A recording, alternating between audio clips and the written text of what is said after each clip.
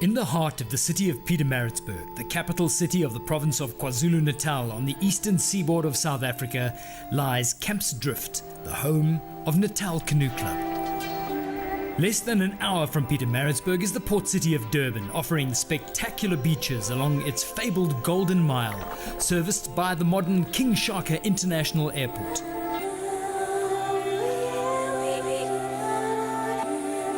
A few hours to the west, you will find the Drakensberg Mountains, boasting a number of World Heritage Sites, where rolling farmlands meet majestic mountains.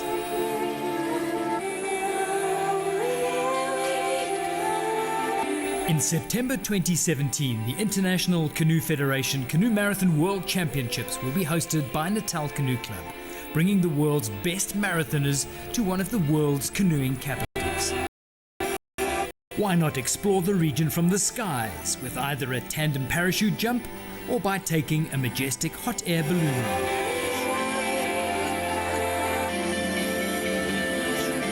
Many paddlers are also avid mountain bikers and will know that this region is home to the legendary Sani to Sea mountain bike stage race, the biggest of its kind in the world, alongside a plethora of other thrilling mountain bike trail options. For others, pampering might be the option of choice. And choice is what this region offers and delivers. So, welcome back to Kampsdrift in the heart of Pietermaritzburg. Afternoon session on day one of the ICF Canoe Marathon World Championships for 2017. Spring here in South Africa, but we've been greeted with a blazing hot day for the first day of competition. Temperature is currently 37 degrees as the under 18 boys K1 is about to take to the water. The junior boys getting onto the water in their K1s for what promises to be an absolute belter of a race. It's been a fantastic morning's racing so far. A morning dominated by Hungary, it must be said. They have had an almost 100% success rate when it comes to gold and silvers in most of their races. So a fantastic start for Team Hungary at this year's Champs. Kampsdrift, the venue for the racing at this year's Canoe Marathon World Championships, based at the NCC Clubhouse in the centre of Pietermaritzburg. Bottom right, you'll see the clubhouse. The racing starts from a pontoon. It heads upriver on the Umsunduzi River for 1.3 kilometres. The turn cans are right at the top end of the industrial area here at Kampsdrift. You then turn down the Umsunduzi River. This is winter, so there's no flow in the river at all. Heads down underneath the bridge at Kampsdrift Road. Then a gradual left turn down to the bottom turn, and that brings you back to the area in front of the spectators where you embark on your second lap on the portage. The first lap is always a complete lap. The second lap takes the paddlers into the first of the portages, and it's the second in every lap after that that involves the 100-meter portage across the grass, up a bank, across the grass, and then back down a small embankment, a jetty put in, and that takes the paddlers down to the water. They do that for all the middle laps. And the final lap is a 500-meter up to the top turn can and 500 meters back down to the finish line. So the boys on the water at the moment are going to be racing 22.6, which is 6 laps, 5 of them with a portage, and then that last lap at the end. Commentary team on duty once again. Ivan Lawler's with me, and Stott is with me. Doug Bird is down on the ground. He's going to be bringing you all the details as they happen from the portage area, chatting to the paddlers. We'll hopefully get some of the paddlers who are pacing around like tigers in a cage, it must be said. Some of the senior paddlers are lurking around here, but our attention is very much on the juniors, and an opportunity to say afternoon once again to Ivan Lawler as we cast our eye over the start list there for the junior boys. And a lot of interest in Charlie Smith there in boat number 3. Charlie Smith, silver medalist at the Europeans, but 2 below him, 5 Adam Varga, world champion from last year already. And from just the history of today, you have to rate the Hungarians. But Charlie Smith, yeah, for me, definite, medalist. We got to have medal potential in that one for Great Britain. You got a second Hungarian, Istvan Lucas. You can't write him off. And then on the second page, if we get to that, I can't think of any other big names on that page. So there's our top 10, which includes Xavier Sanchez of Spain. Yeah, he was 6th at the Europeans, but not really in contention. And then Roland Foley, top of that list, 3rd in Portugal earlier this year. I mean, 19th this time last year at the Worlds, but he's going to place much higher. Well, there's only 16 in it, so he's going to do better than that. But I'm having him in my top 5 as well. So in number 12 there, you'll see Alex Messina, birth name Sifiso Albert Messina. He's one of the 2 South Africans in the race, and we'll have a good chat about Alex Messina. He's got a fantastic story behind him, and a guy whose career is just getting exponentially better year on year the more that he embraces this whole sport of canoeing, and there's a real talent waiting to happen there. Istvan Lucas is going to be racing in boat number 15. So the paddlers on the water warming up. It's going to be another exciting session of marathon racing. You know exactly what you're going to be in for. Here are some of the thrills that go hand in glove with flatwater marathon racing.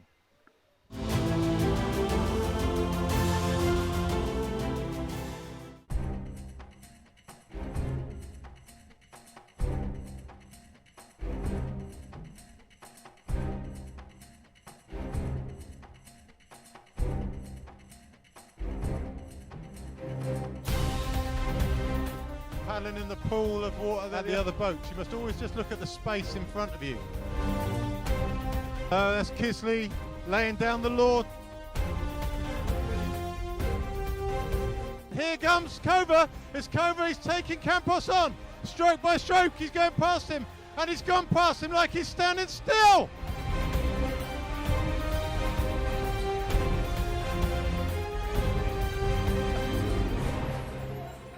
What a race! What a race! God, be calm, getting in. Be calm, be calm, be calm. The Hungarians are away. The South Africans are away, side by side. But it's Hungary. Hungary take the initiative.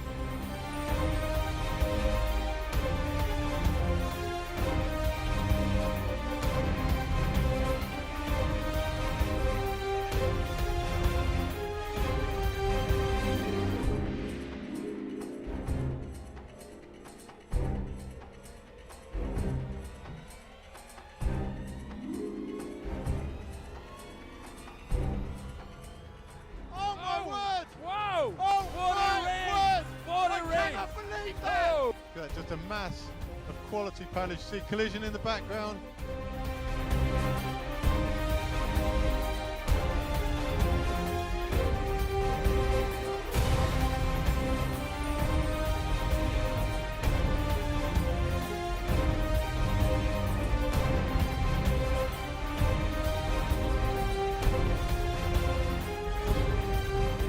World champ. Look at that. From that's going to Czech Republic. That's going to be tears. It's going to be laughing. Yeah. She can't believe it. She's so happy. Back and forth, salty, and that's clean. That's perfect.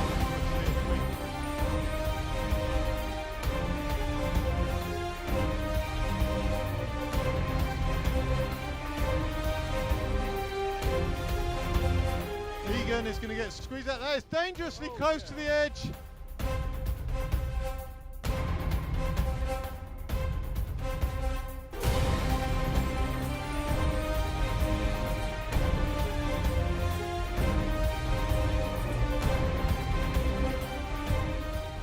It is McGregor. It is McGregor. No one has given up. Boros is hanging on. Alonso is hanging on. Gold medalist Hank McGregor, South Africa.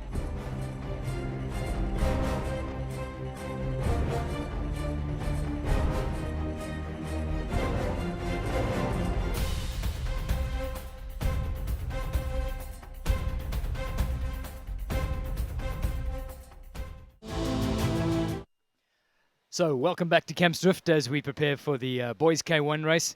Hot afternoon here at Campsdrift, and Stott sitting next to me, a man who's been to so many of these World Marathon Champs, and just looking at the highlights, apart from the fact that it hypes the hell out of you, and that's exactly why we do marathon racing. Some of the waterways it's taken us, you know, if you spend a career, well, I'm going to ask Ivan the same question just now, if you spent a career traveling around the world that's taken you to wherever the World Marathon Champs has been designated to, you go to some rad places. You really do experience every conceivable paddling condition from, oh, well, you've seen a whole bunch of them there. Yeah, I must say, canoeing, being a water sport, it takes you to beautiful places with you associate water with beauty. Just some that spring to mind is Sweden was a beautiful course. Norway between the islands also beautiful, but a lot of them have been great. Copenhagen, Amsterdam through the canals, Canada, there have been some great courses out there. And this one, people think, oh, Pietermaritzburg, it's a boring place, but it's a beautiful course. We've got a great course that might look a bit dry on the bank, but from a paddler's perspective, it's an awesome place to paddle. So yeah, being part of canoeing takes you around the world, and it takes you to some of the best places around the world associated with water.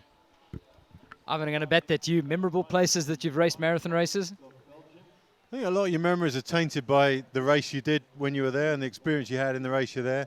But it is that journey around the world. I mean, my first win was in Australia, in Brisbane, way back in, I don't know, before books were being written. So it's just brilliant. And it's not the places, it's the people that you meet when you're there. I don't think there's a country in the world that canoes that I can't go now and go and stay with somebody. And the same if they come to England. Anyone at this venue, I mean, not all at once, obviously, but they can come and stay at my house if they phone me up. Yeah, there's a limit to numbers. You'd have to book in early to avoid disappointment, but yeah, that is the nature of sport. And you know, I was over here at Christmas and stayed with friends that I met when we used to train here in the 90s, and it's such a beautiful thing. And you stay in it now. My generation of the coaches and managers and commentators, and the new kids are coming through, and the new kids are always better than you ever were. You don't like to admit that, but that's how sport works. It just gets better and better, and it's really cool to see. I've just watched one of the athletes I've got a bit of input into get a medal this morning, and it's just a magical place to be, really. You've also overseen and been part of the evolution of marathon racing. Wind back the clock to the 80s days and see how the sport of marathon racing has changed. Late 80s. I mean, it Still only started in 88. I mean, the first one we ever had was at Nottingham, which it was a pretty bleak place at the time. It was windy, wavy. We sank within a couple of minutes of starting. We got to the first portage 8 minutes behind the next player. So it's not fond memories from there, you know. But then it went to, where did it go to from there? Copenhagen, I think, and then Australia, Amsterdam. Amsterdam was the first medal the South Africans ever got with Robbie Herefeld. And all the nations come in and they have their time and they move out, and each one's special for its own reason. I think the most beautiful place I've ever been wasn't as an athlete, but it's my first year commentary, was the Europeans in Bohun in Slovenia. It was this mountain lake, clear blue, surrounded by tree-lined mountains. It was the most beautiful place I've ever been to, and there won't be anywhere that will live up to that in terms of sheer, the scenery. But every place is dependent on what happens to you there. I did hear one of the athletes asking, or he asked me a question directly. He says, why is this river so brown? We normally go to these beautiful blue waterways. But the reality is, we're actually, wherever you go in the world, if you happen to be on a glacier lake, you're going to get blue water. If you'll get grey water if you're paddling on snowmelt water. This is an African river, and as we chatted about yesterday, if you come to Africa, one of the great tragedies of Africa is that one of the biggest crises we face is soil erosion. So this is farmers' gold that we're looking at in the water. All African rivers are brown. We're overgrazed and we're a water-scarce country, so our rivers are brown. So if you're going to come to the drift looks brown, but it doesn't mean that it's not clean water and it's not great racing water. We train on the Thames at home. It's not clear blue. It's a little bit browny, but it's clean enough to swim in. And the conditions are what the conditions are wherever you go. It's not. I think whoever you spoke to is probably a little bit too spoiled, I'm thinking. I think they need to get out more. Well, they did ask me, is the water clean? And they actually test the water here. Last night we handed over that big check to Duct on behalf of Paddle for the Planet, and they do an unbelievable job of looking after this waterway. They tested it this week, and if the threshold is 1,000 for safe bathing, the drift at the moment is at 123. So the water is, you could come in and bath your kids here. There'd be no worries about it at all. Ant, would you bath your kids here? I don't know if I'd bath my kids here, Dave. I know what it gets to in summer, but in winter, coming out of winter, the river is really clean, and it's been flushed a few times from Henley, from the dam above. So I'm pretty certain I'd actually comfortably swim in the water at the moment. It's pretty safe at the moment, for sure. So the marshals are busy getting into place. We are going to have a delayed start for those anxious parents that are sitting watching this live stream in whichever corner of the world. That's the scene you hear at Camps Drift. That's the view that you see from the main grandstand. There's a big screen entertaining you. And you're overseeing the portage, and there is going to be a couple of minutes delay as we wait for the marshals to get into position. In the meantime, we talked a little bit more about this region and its effect on the sporting world through the Doozy Canoe Marathon, which has very much put it on the map. It's encapsulated brilliantly in a movie which is on the go at the moment, and it's well worth sitting back, relaxing, and just taking in a few snippets of that. Khona isisho bekathanda ukusisho. Once iDusi uyenza kayi-1. Uzizwa ngathi ayikho into engakuhlula emhlabeni. 5, 4, 3, 2, 1, go! That's like a machine. He's won 9 golds in the doozy. Next year I want to do the race. Maybe I can do it with you. Why don't you partner with this Duma kid? I mean, he's seriously talented. Should have seen him when he was younger. Didn't we used to call you something? Helicopter. Hey, helicopter. This guy is good, man. He just needs a break. Attack, man! Hey, man, no tell one thing, Mr. Canoe. What can't we choose about Kren? He was a fella la. Ngathina mesidla uBansleli thina kubamba athletes. Umuntu ufuna ukuphila impilo yakho ngesibani. Ngiyabona man. Usho ukuthi wena ufuna umngane ozokuthatha kise phezulu. Akubuyisa kushayise phansi wena etakeni. What are you doing, Joburg? And what do you want to do? I want to be a somebody. It's me, Steve. It's Duma. I wanted to talk about canoeing. We can try. I'm not saying it's going to work or anything. We can try. Steve, me, I'm scared of those things. What's that going to do to you? Bite me. You white people here call your dogs nice things, with fluffy. With me, where I come from, we call them Hitler. Stay on my shoulder!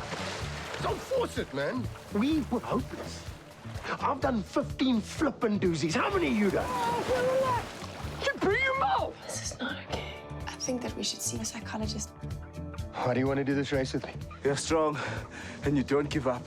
And I want to be like that. Ngakhohlwa ukuthi uyinika uNkulunkulu le. And into oyinika uNkulunkulu akekho umuntu ozoyithatha. You're the one who said we must become like one person, and we're not.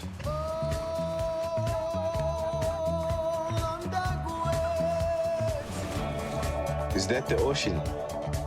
Yeah, it's the first time I see it.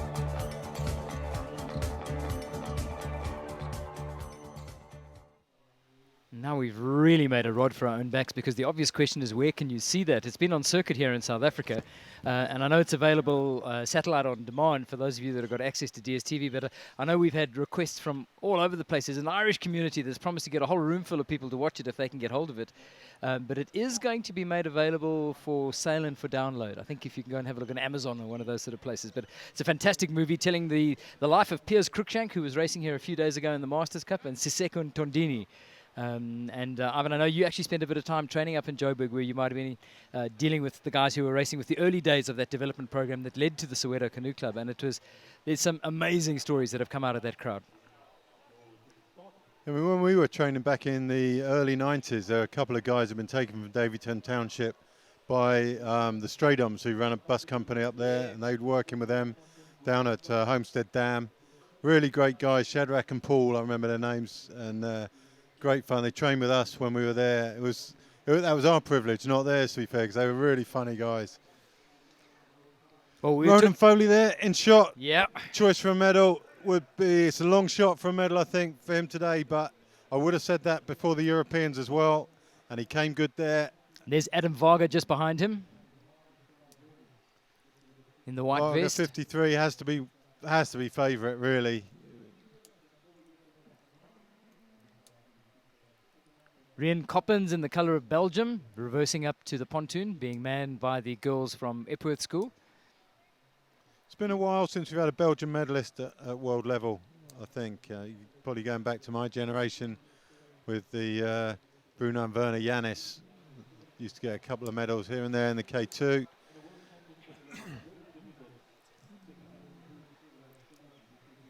There's a really good entry of Belgian paddlers in the Masters Cup, which played itself out on Monday and Tuesday this week. Charlie Smith there, white boat, red and blue hoops on a white vest. Right alongside Gotta be the man from Ukraine, Valery Ryabov. Mitchell Cronin in the Australian colours reversing in. On the far side, Istvan Lukas. And as you quite rightly pointed out, the boy who won the title at the Europeans not here because he's been seconded to K2 duty. Okay, so yeah, that was Vakassi. He was very strong at the Euros, but they would have replaced him with someone similar ability. It's like, don't want to stereotype, but it looks like Ronan Foley from Ireland has got numeracy problems. He's lined up in the wrong place. Come on, Ronan, sort yourself out, mate. I don't want to suggest that it's an Epworth schoolgirl with numeracy problems because it's in the middle of the biggest exams, by the way, in South Africa. So the girls have done really well to get down here. And spare a thought for the boys that are on the start line. Our final year of high schooling here is matric. And these boys are in the middle of their matric exams. The boys in their sort of semi-final year before their penultimate year are writing their matric trials, which is probably more important as they line up on the start line. We're zooming in on Charlie Smith there, looking very chilled and casual in the boat. Compared to the others. Valerie Ryabov, who's the exact opposite. He's in one of the spectres, and off they go. Away they go, clean away. Gee, and that's a great-looking start. Let's have a look at who's got away clean. Ryabov is leading. Joachim Varga right next to him. Charlie Smith now making his way across to Varga. Should cut off Ryabov there. Varga right to the front. Charlie Smith nicely on the outside. And Ronan Foley being cut out. There's all sorts of collisions there.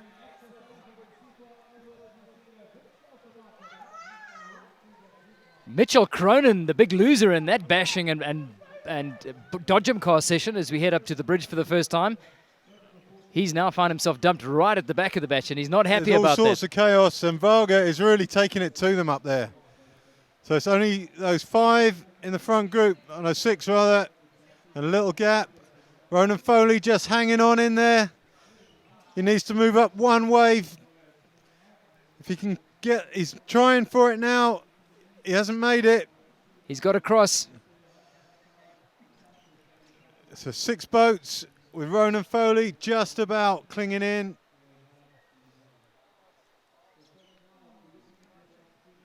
Spaniard with him.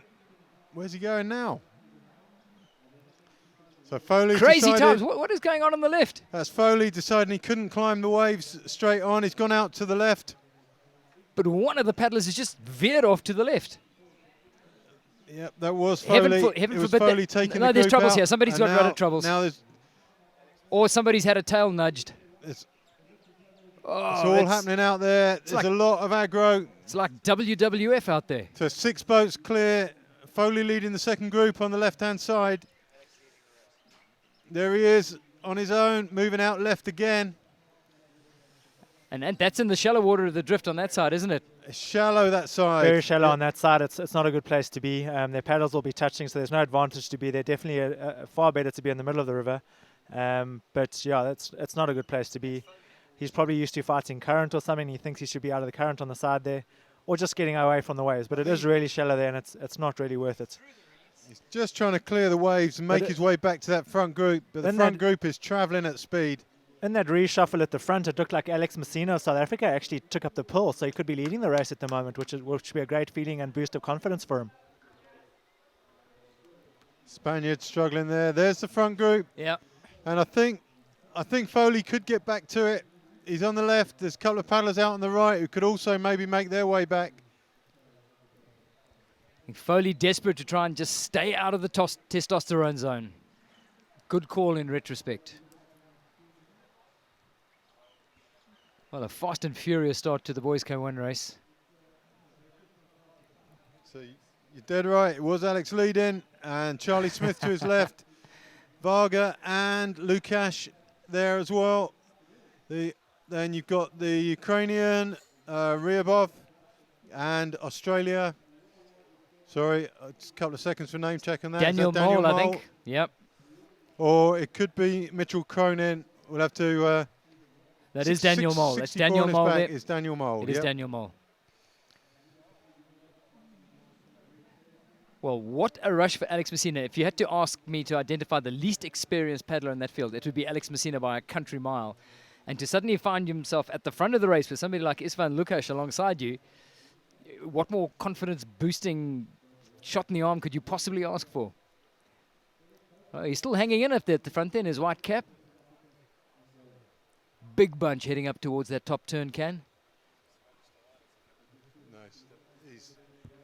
So it's going to be interesting to watch the drama at that top turn, looks like Can. Foley still on the left of your picture there, just behind Charlie Smith, has regained contact with that front group. That's a pretty good effort going up that side on your own and doing that. It's, Yeah. he still hasn't made it because he's still trying to go wide again there. Maybe trying to come around Charlie Smith and put Charlie onto the V.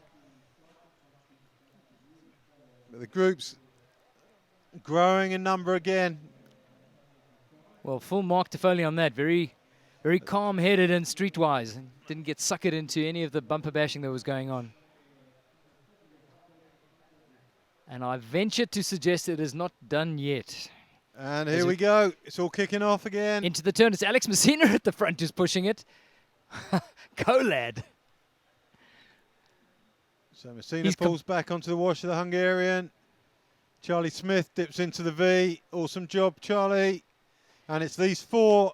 It's just 4 away now. Istvan Lucas at the front. As the other Hungarian goes, Charlie straight up between the two. And if inexperience is going to show, it's going to show now as they go around. Are they right up at the turn yet? They must be close to the turn. I think this is the camera at the turn. So they'll all calm down just in time. They're right at the turn, taking that right-hand turn. So it's 4 clear away. 2 Hungarians, Great Britain and South Africa.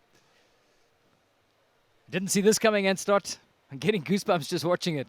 I thought just having Alex on the water would be good, but I'm rewinding the clock 2 weeks when we had our national championships here, from being somebody that wasn't even on the radar. He was by far and away the strongest junior on the water.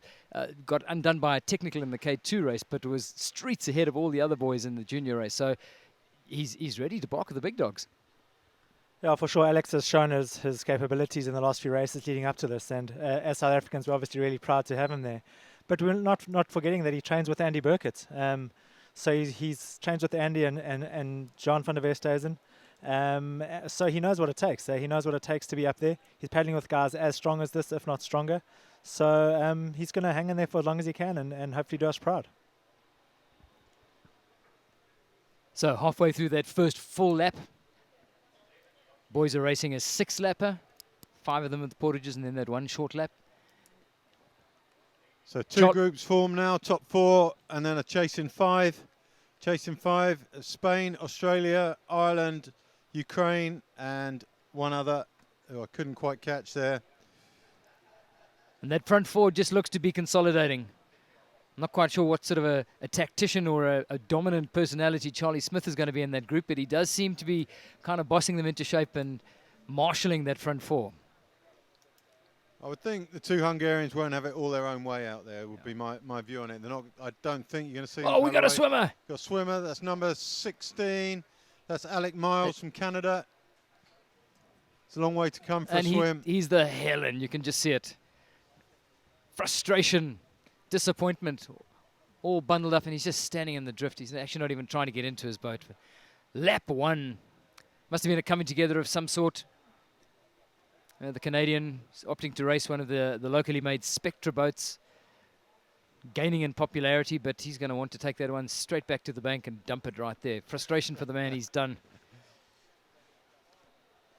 So Hungary, South Africa, Great Britain. Adam Varga. Oh, he's going to swim that back. He's going to crawl up the back of it. He This needs to take that number off, I'm suggesting. This might end badly. Please, if you've got kids watching, just avert their eyes. This might end badly. Definitely got to take the number off if he wants to make any further progress up that boat. That does bring to mind the exploits of one Keith Moole in the recent Burger of the Canoe Marathon, where he had to paddle a rather butchered boat in a similar fashion. Messina struggling to stay with these 2. Charlie Smith could give. Alex Messina. No, don't take your drink now. Who takes their drink then? It's going to be tough for him now. In fact, it's too tough for him now. It's down to 3. Varga's gone at the front. So 2 Hungarians, Charlie Smith, little gap back to Messina from South Africa, and then a chase group of 5, which has got Ronan Foley in it.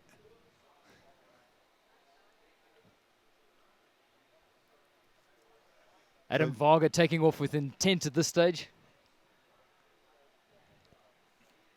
So it's Varga with no hat on. It's Lukasz with the white hat and Charlie Smith.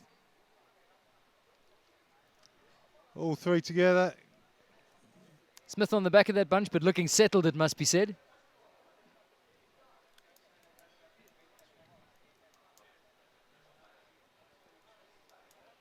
Varga That pace is very, very high. They're all working hard there. Varga looking over his shoulder to see if Lukash is going to come with him. Messina stranded there between the two groups. Oh, man. He's going to be swallowed up by the group behind sooner or later. But for a first-timer to make that front group, you've got to hand it to him. That is pretty impressive. So here's the list. No, there's not.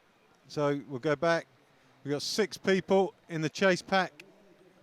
And they're going to catch Messina fairly quickly, I would think.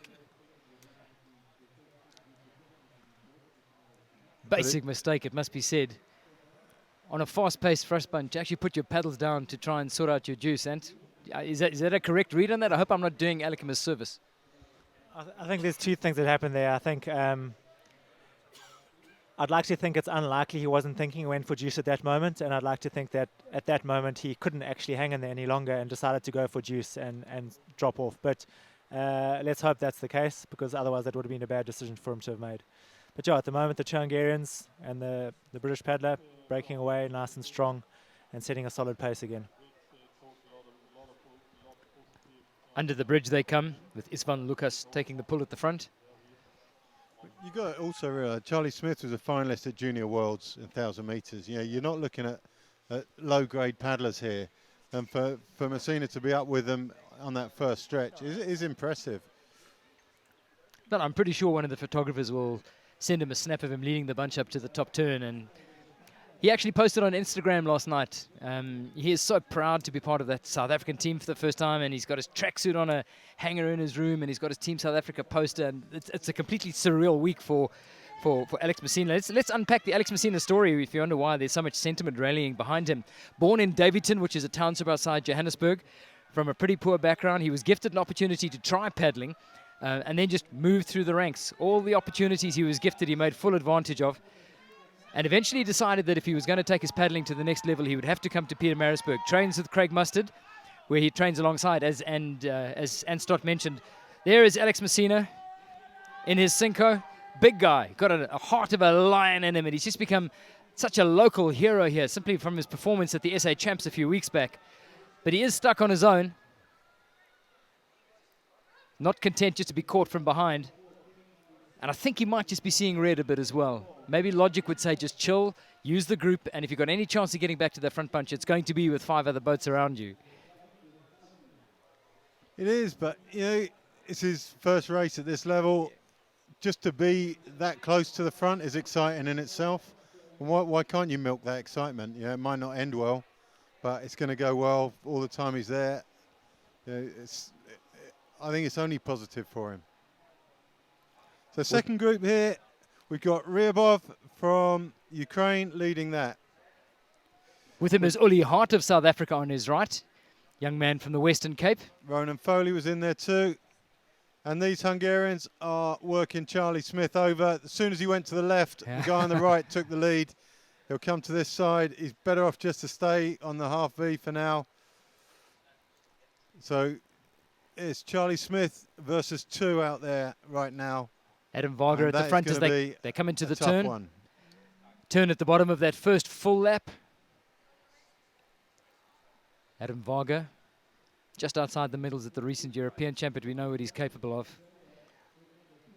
So Varga already world champion, of course. He could double that today. 2 years in a row at junior level is always impressive. Alex Messina on his own coming around the bottom turn can. Looking over his shoulder just to see if that hunting pack is zooming in on him. And they are. They are. So we'll try and get the names as they come through. We've got Foley, Ryabov, Daniel Mole. Daniel Mole, yep. Uli Hart in number 8. That's the 4. And Marco Borgotti from Italy.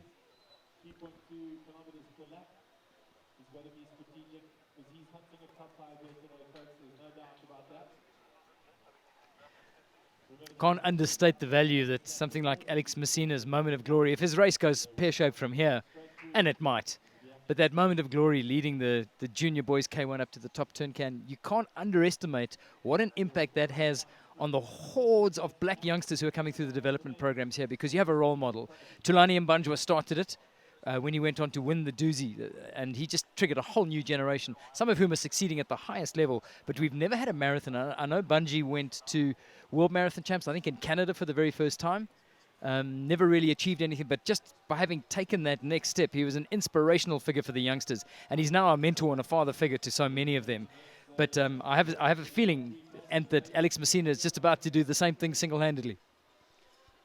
Yeah, it's great to see what Messina's doing. I think just making contact with those front guys shows that it's possible, and he just needs to work on staying there for longer. And once you can be there for longer, then you're part of the race. So, yeah, it's an exciting future for him. So we look forward to seeing what he has to offer in the years to come. You can hear the crowd as Yeah. he's going past. He's going past the crowd now. They're all behind him. Yeah, it will go pear-shaped for him from here on. It's not going to end this well, but that's not the point. He came down to Pietermaritzburg as a real rough diamond, and I'm quite keen to see you analyze and pick apart his stroke. There's heaps you can do with him technically, and I think he's capable of getting a lot better as an athlete. He's got the determination and the drive. He's coming past Olympic 100-meter final, to be honest. Yeah, he hasn't lost much ground, to be fair, on those front three. So leading the chase pack behind Messina is Uli Hart driving it, his teammate. Is Farsi from Italy. And rear above, Ronan Foley. 17 there is Daniel Mole. 12 in the back is Joachim Carbonell. Carbonell from Argentina.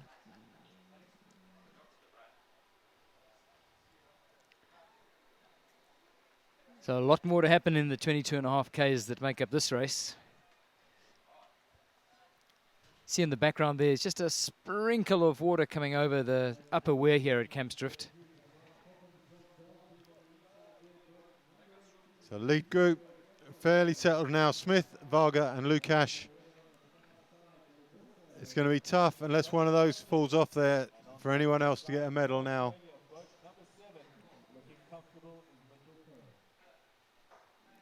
And that's Cronin in the colours of Australia on the back of that chasing group. And the two Spaniards, really interesting. The Spanish seniors are so good and the Spanish juniors are fairly average, and it's always been that way. But especially with such a thriving river culture. I mean, the Cellar season culture attracts so many paddlers, and I think pulls so many people into the glamorous side of the sport. You'd expect them to be able to spawn a really healthy base of elite athletes that are taking part in the marathoners. But it's Charlie Smith that's pulling the two Hungarians. And there's almost like a collusion going on between these two Hungarians saying, this is fine, let him do the work. We're happy to sit right here. Just watch this space. Taking them right through the boys that make up the turn for the last short lap. Yeah, Charlie is no slouch. You know, if they're going to beat him, they're going to struggle to overtake him down the last bit. So they've still got to work him over between now and the finish.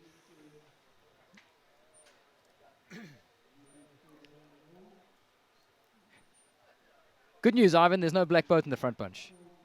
I can't get it wrong this time. I'm going white boat. You can't blow definitely. it from here.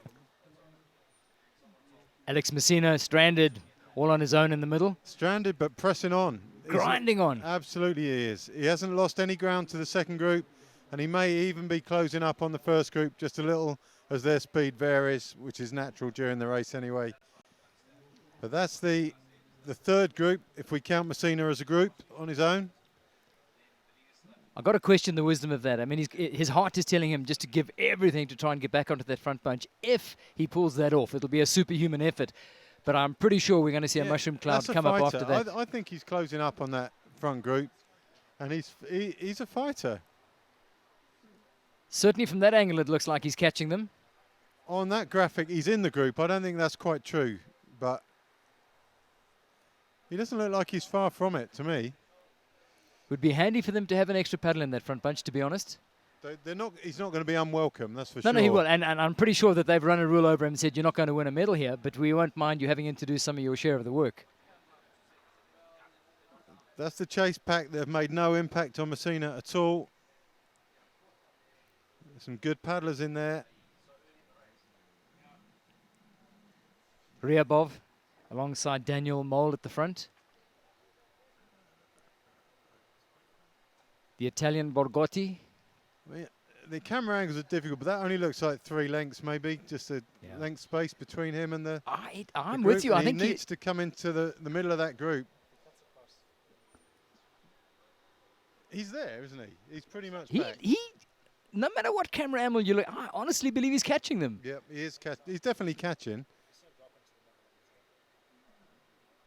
There he goes. There he goes. He's on the diamond. So there he is. Alex back in Messina, the group. well front played. Group of 4, and yeah, we were close to writing the boy off. And now he just needs to sit there and recharge. Yeah. If they'll let him. He's going to have to more than pay his school fees to stay with that bunch. That is superb. Goosebumps at start. I must say, when I saw Alex going for it, I thought not a wise move. He should rather conserve, but he showed that guts and determination has paid off, and he's got himself right up there into the bunch with the best junior paddlers in the world. So, hats off to him. He's showing amazing guts, and yeah, well done, jeepers. Let's hope he say let's with hope he the stays best there for junior longer. paddlers in the world. You have to include him in that. For sure, It's he's not like showing he's one of the best. People don't. You're not there if you don't belong there. He's just shown he belongs there, and that is properly impressive. That was an amazing effort by him. But there's still going to be lots of action, and let's hope Kicking he's off got now, a little bit left. Yeah, that's not. He's done the right thing though. He's dropped round the back. He just needs to get back in touch with Charlie Smith there. Oh mate, it's so hard. That is hard work. Lukasz driving it now. God, he's got to be a crowd favourite by now. I mean, that's a brutal. He just hasn't quite. He didn't have time to recover, really, did he, before they kicked off again? But I think, oh, come on, Charlie. Charlie just losing a couple of lengths. Hungarians are off. Varga's going. Lukasz on his wash. It's going to be tight now. And all that work that Messina did is being undone in the space of about a minute. It's so hard. But I know exactly what he's going to do, Ivan. Same again? Take a deep breath. Wind up the elastic. Here we come, boys. I like it in that bunch. It was just a green error. It was a rookie error going into that corner. Didn't read it. Got dropped pretty unceremoniously. And that chasing bunch is still managing that distance between the front 4 boats and themselves. Mole in a bit of trouble at the back there. Sorry. No, it's Carbonell who's in a spot above there at the back. Mole is comfortably positioned in the middle of that group. So Ryabov leading. Foley in there still. We've got Farsi in there, Borgotti.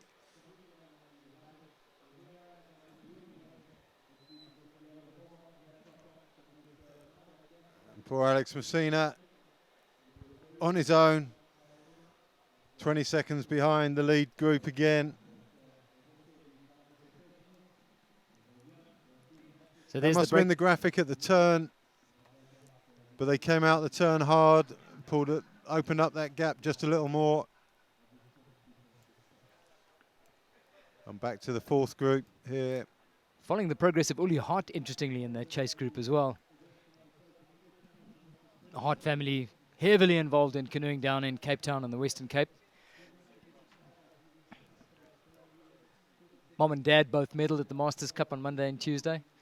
And Charlie Smith has dropped off the front 2.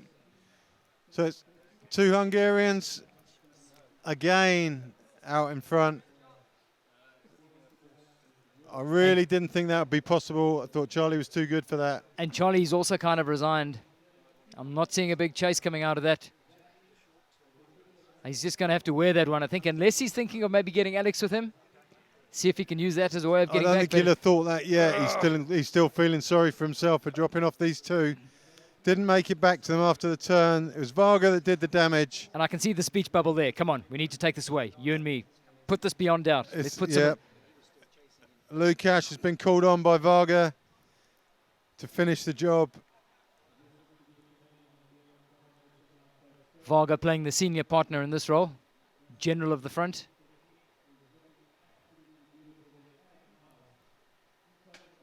And the plan now would just be to put in a concerted grind all the way through to that first portage. I think there's no one behind them. That says to me that Lukasz stopping to put his... Lukasz is probably not as comfortable at these speeds as Varga is. Just taking the opportunity for a couple of seconds breather there. Charlie Smith just behind them. Messina just behind him. Alec Messina's game plan must surely be to try and reel Smith in. You're going to see him You'd run. have to fancy their chances a lot better if they were together. You'll see Messina run phenomenally well with the boat. So he'll bank his chances of making up those small increments on the portage.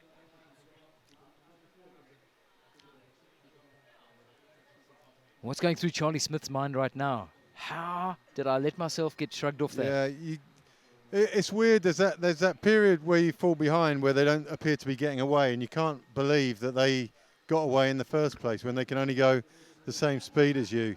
There's a lot of effort going in there.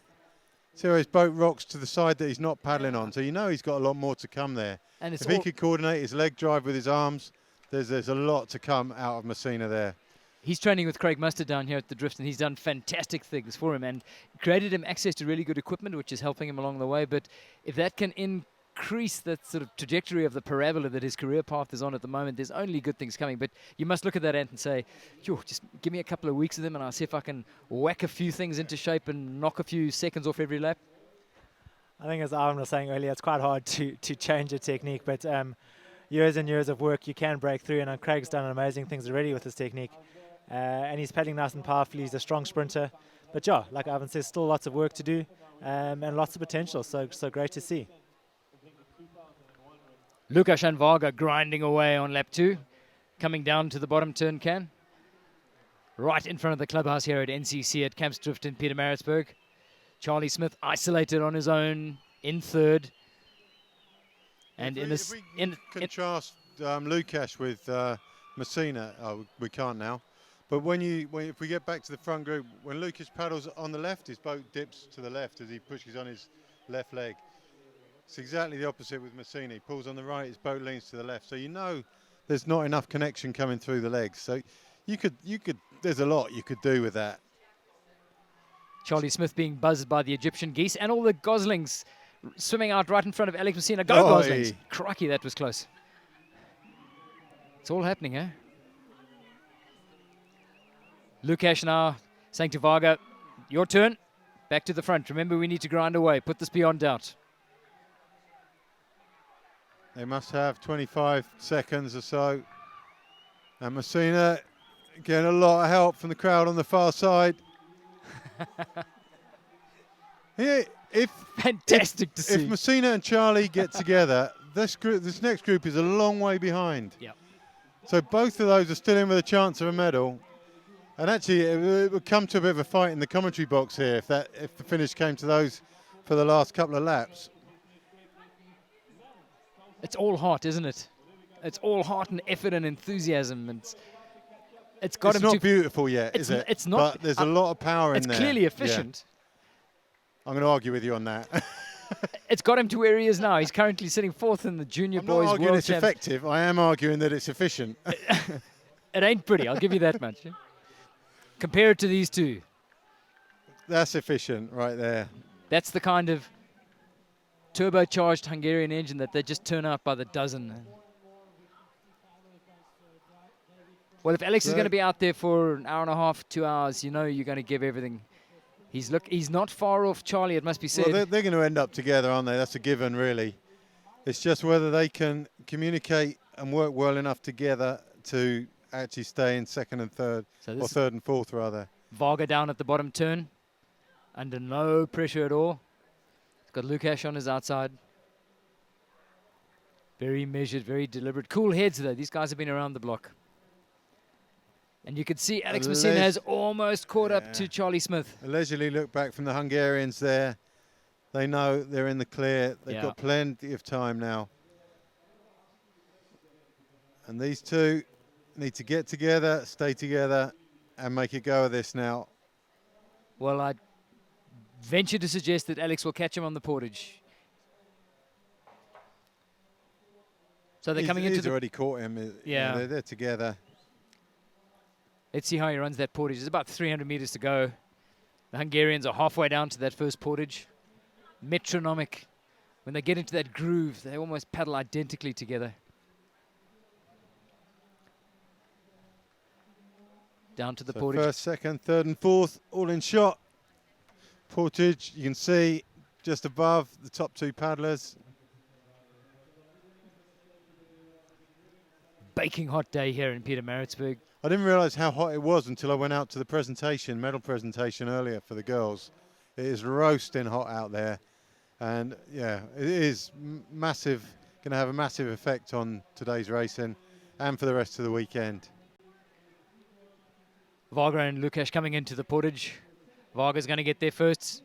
Cutting across Lukash, he wants to go in early. Oh, it doesn't give him much option, does he? Forced him right. They're not friends, are they? Yeah, not a very matey thing to do at all. Especially at this stage of the race, seems a little bit unnecessary. Yeah. But Varga running well.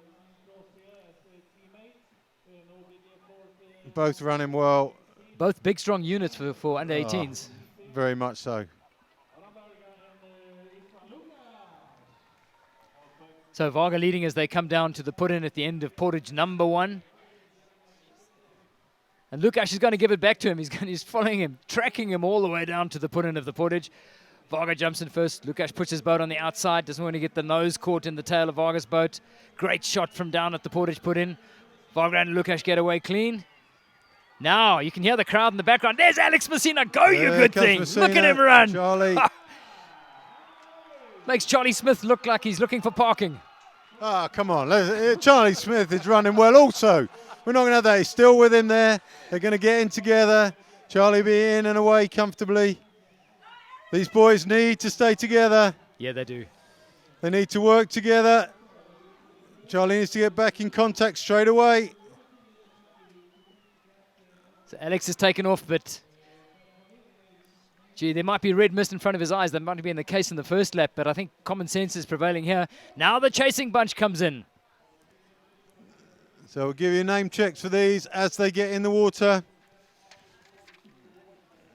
Foley's in the middle of that bunch.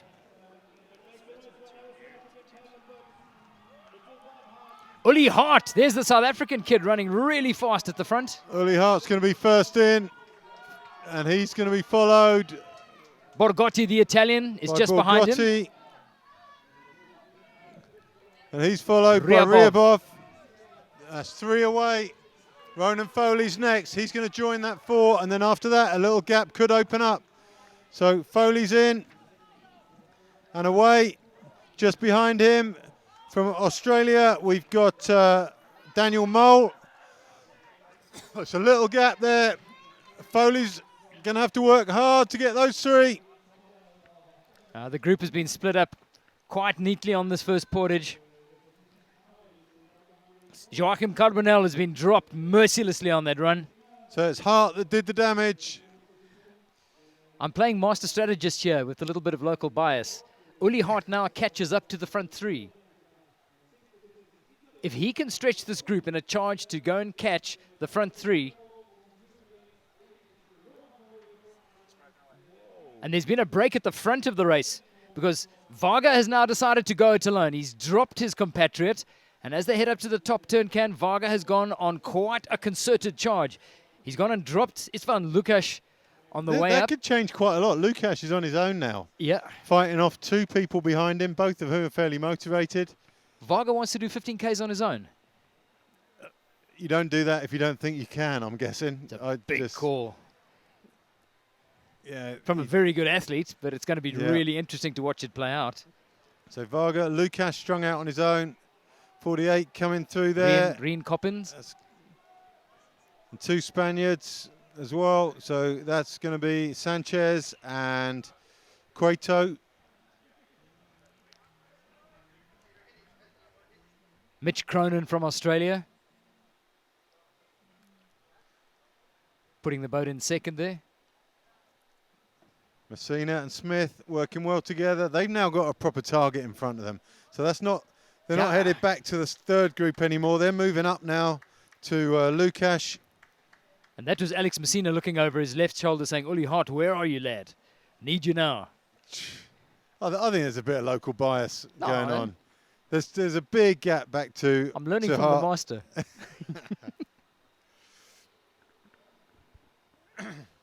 So it'll be interesting when we get the next time check. That's Cronin there. Borgotti right on his wash. And Borgotti.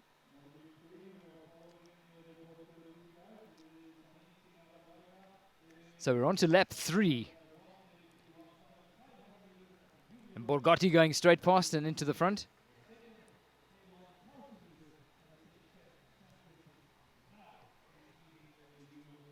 And that's Uli Hart sitting with him, so he's clearly said to him, the only way we're going to get close to Charlie and Alec, we need to pull our resources here. It's probably going to take us one big lap, probably the quickest lap of the race. But, and that's Uli Hart stopping. Oh, he's been sitting on his juice pipe. One of the paddlers that carries the juice in the back of his boat, as opposed to carrying it around his neck. That would be my choice as well. I love it. It's just, you know where you stand. Nothing really can go wrong with that. But Lukash in the white hat, second there, is very much in danger of being caught by Smith and Messina.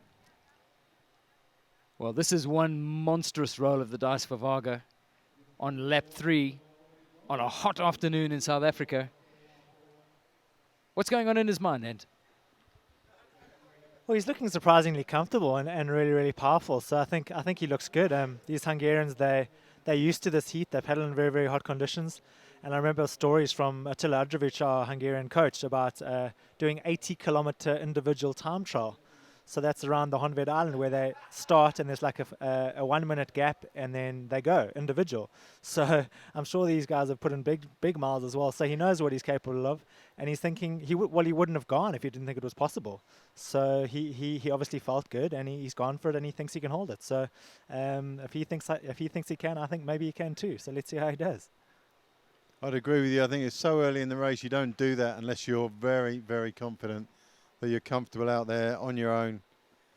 Each turn he goes around, he's going to see he's further ahead, and all the time that's happening, he's going to stay happy. So there's the gap back to Lukash. This is the man who's got more going through his head at the moment than anyone else, I'd say. Lukash takes the turn. Of course, now he looks over his shoulder and he can back. see Charlie and Alec homing in on him. It's like a magnet. Nothing's going to stop that thing pulling them closer and closer. Let's have a look at what that gap is. Pan down river. Oh, they've still got a bit of work to do, but it's not far off the rate they're catching. And Alec Messina is looking very enthusiastic. Charlie on his inside. So in terms of harmony in the commentary box, then, should we have these two overtaking Lukash and we'll have a medal each? Yeah, I can go with that. We'll stick with that for now. I think Lukash is in danger, at least, of being closed down by these two, even if they can't overtake him. Charlie goes hard out of there. Alex just a little bit. Still a big gap. So there's the gaps. It's 35 seconds back to Lukash and 25 back to Messina. You just get these little hints from Alec Messina that he's green at this. All the enthusiasm and the raw energy is going into that boat, but there's little tactical mistakes going, lines into corners, coming out of corners, missing the break when it happens. Just says that what he's done there by sheer brawn and heart. But if you can just throw in a little bit of street dog in there and make him wiser on the marathon course. It either tells you that or it tells you he's right on his limit and he hasn't got the choice of speeding up when you need to. And I'd probably go that way. I mean, he's just giving it his best shot, isn't he?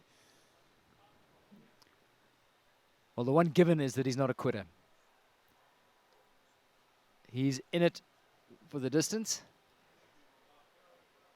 So Varga untroubled at the front. And this is group 3. So you got the two Hungarians. The Australian we'll still Mole count at them the as a group. Then we got Messina and Smith, and this is the chase pack. Mole, the Australian, at the front. Okay. If you see Hank send him up here, he was going to come and co with us. Yeah. So we got Mole, Foley, Borgotti, and Hart in that chase group. It's hard not to be impressed by Adam Varga in this sort of shape. I mean, every reason to believe he can grind out another hour and 10 minutes like this, and it clearly makes him the best junior in the world. It's really, really awe-inspiring.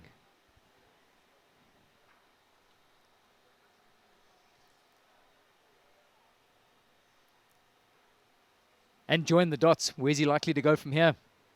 If he's this head and shoulders above the other junior boys. You got a lot of the other junior boys from back 2 years ago. They're now in the sprint team, sort of maybe not at the top end of their sprint team, but they're racing some of the non-Olympic events. I'm just trying to think of the name. Georgie Jacob is the name that I was thinking of. He's gone on into that. Laszlo Solti, he's raced in the sprints a bit this year. Hasn't quite cracked it yet, but that's where they're trying to move up to. Yeah, to be able to do that, that is very technically efficient. That is efficient paddling, and you can't go that speed on brawn alone. He's got brawn and he's got efficiency, and yeah, I mean, he's just not really troubled there, is he? It's a bit dull though, isn't it? With for him, I mean, just to paddle around on your own.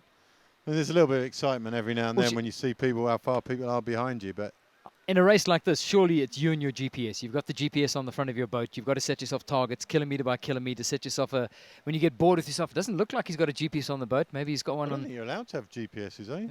I don't think you're allowed to have pacing devices, are you? You are. Yeah, that's why I'm here as the expert. And yeah, you just stick by me. I'll make it up as I go along. That's fine. Yeah, I think at this stage he's just going on feeling. He's done this day after day, year after year in training. He knows exactly how he needs to feel and how long he can hold this pace for. Obviously, being the World Championships, he can push a little bit harder and hold it for longer. But he knows what pace he can hold, and he knows if he goes this pace the whole way, he's going to make it. And he's pulling away from the field. He's showing he's classy. And just looking at his physique, he's really well built for an under 18. He's really mature. His body is strong. His muscles are long. His arms are long.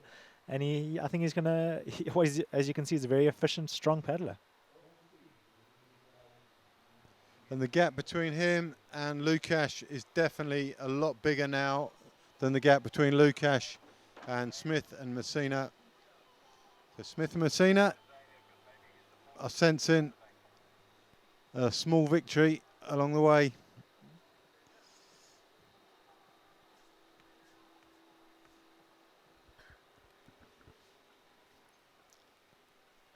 What confuses me is how no one can stay with. Yeah, there's a wash there, there's a wave. How do you not stay on that?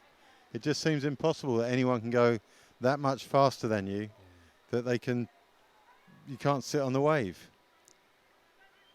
Varga looking so comfortable. Lukasz will not be comfortable. He's going to get very tired, grinding it away on his own. Lukasz is only about 15 seconds ahead of the chase pair now.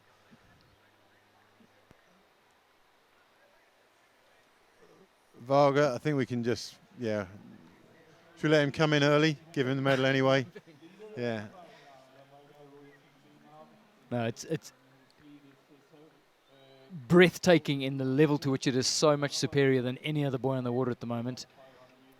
The game on is now because we've suddenly got 3 athletes that are going to be contesting 2 medals, and I suspect this is what's going to keep this crowd on the edge of its seats. But have a look on the far side, because the local support for Alex Messina, I told you he was a local hero, but a lot of these guys are he's actually picked up a personal sponsorship with one of the sponsors of this event, and a lot of the guys standing on the far bank who are now really whipping themselves up into a frenzy of support for Alec are wearing some of his team kit. So this is not accidental support. In fact, I think they've actually set up that supporting station on the opposite side just to give Alec the boost that he needs as he comes past.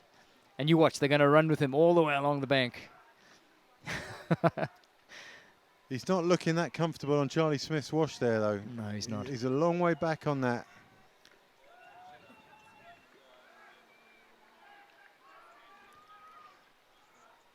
Meanwhile, there's been dramas. The heat is taking its toll. There's the Italian athlete is down, not looking good at all. He's actually on the side of the bank, and that's halfway down towards the top turn.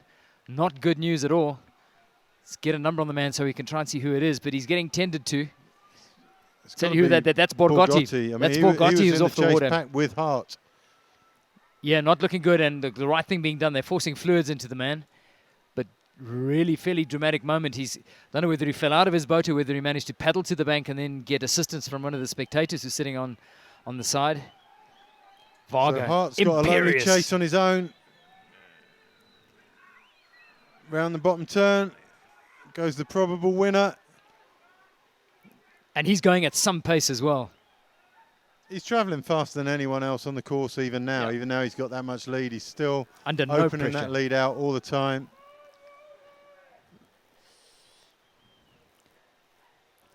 And as much as we were looking at Alex Messina, the efficiency of that stroke you're looking at there. So a quick pan down course. So there's your leader. There's Lukash. second place, but not for long, I don't think. Let's have a look. Because Oh, there's Smith and Messina. It's only about 15 seconds, and I think they'll catch him on the portage. Smith and Messina both ran really well. They're going to be motivated. Lukash isn't going to be motivated to the same extent, and I think after the portage we should have a group of 3 chasing, and on his own behind those 3 is the other South African, Hart. There he is. Look over the shoulder. Yeah, paddles It's- shoulders down. It's a done deal. There we go. He knows Broken what's man. happening. Chills. He's actually taking out his empty fluid bag. He's probably going to go into the feed zone. Absolutely no urgency. He's resigned himself to the fact that he's going to get caught. In fact, if he's not careful, he's going to get caught and overtaken on this portage, and he's going to find himself in On his serious own again. trouble. Yep. From being in a 2-horse race for gold and silver, he could find himself in serious trouble if he doesn't pay serious attention to this portage. Out of the water comes Varga, under no pressure. What a wonderful position to be in as an athlete. Up out of the water, long legs. He's an athlete of note. He's coming into the feed zone to get fresh fluids. Absolutely no time lost there. It's pretty efficient work from the Hungarian team. He's breathing hard. It is hot out there. He's working hard. He has to be going at that level. Yeah, But it's going to be a long afternoon. However hard you're working, you can't escape from the heat out Yeah. there, and I think that is going to. Yeah, he's going to be tired at the end of this, no doubt. But he's got a lot of spare capacity for staying ahead. He can have a little break for a lap and still be comfortably. You know, the others aren't even in at the portage yet. Yeah. They're still a long way down. So Varga cantering away with it here in Pietermaritzburg. Got fresh fluids on board. It'll be cold. It's just what he needs. Nothing's going to settle the nerves when you're worried about the body overheating and starting to malfunction and getting that shot of cold liquid, ice cold liquid. But there we go. The white cap of Lukash on the left. Charlie Smith in the middle. And Alex Messina on the outside as they come into the portage. And you saw Smith and Messina run the first portage super hard. So this is pressure time for Istvan Lukash. Hey, Lukash could find himself in a spot of trouble if he's not awake and on the case. If he thinks he's better than those 2 boys. Oh, they're gone. They're away gone. they go. They're gone. That's Lukash out the back door. And Messina's running super hard to try and put... Lukash is running hard now. He's seen it now. I think he's seen it in time, to be fair. Charlie Smith, that's a great portage. Messina, clever and calm. Oh, almost going in. A close call from Messina there, and that might be just the little break that Lukash needed to stay with these 2. Smith away, Messina away, and Lukash is with them. Charlie's having a laugh at Alex. So Messina goes to the front. And at the other end of the portage, it's Hart. Uli Hart still working as hard as he possibly can to get onto that 3-boat second bunch. He's on his own now. He's also in getting some cold water on the back of his neck. Also running really well. It's quite a big gap though. It's a long close. Oof. You're looking at about a minute's gap. It's a big ask. A big ask on your own, that's for sure. And there's no help in sight behind him. It's another minute back to the next group. On his lonesome, I'm afraid. As is the leader, Adam Varga. Not for him, but how much fun would it be to see him really blow and have to hold people off over the last couple of laps as everyone was closing him down? Want to put a tracker on that boat and just see what he's doing at the moment and how consistently, what sort of speeds. So Foley and Ryabov, they've broken away from Mole, who's about 5-6 lengths behind them. And Foley is making an effort to break him here. So Ryabov, he's going, and Mole is in a spot of trouble. Yep. Although Foley's just stopped. Tapping front, right back. He's actually happy to get Mould back on. So Messina is making these boys suffer now.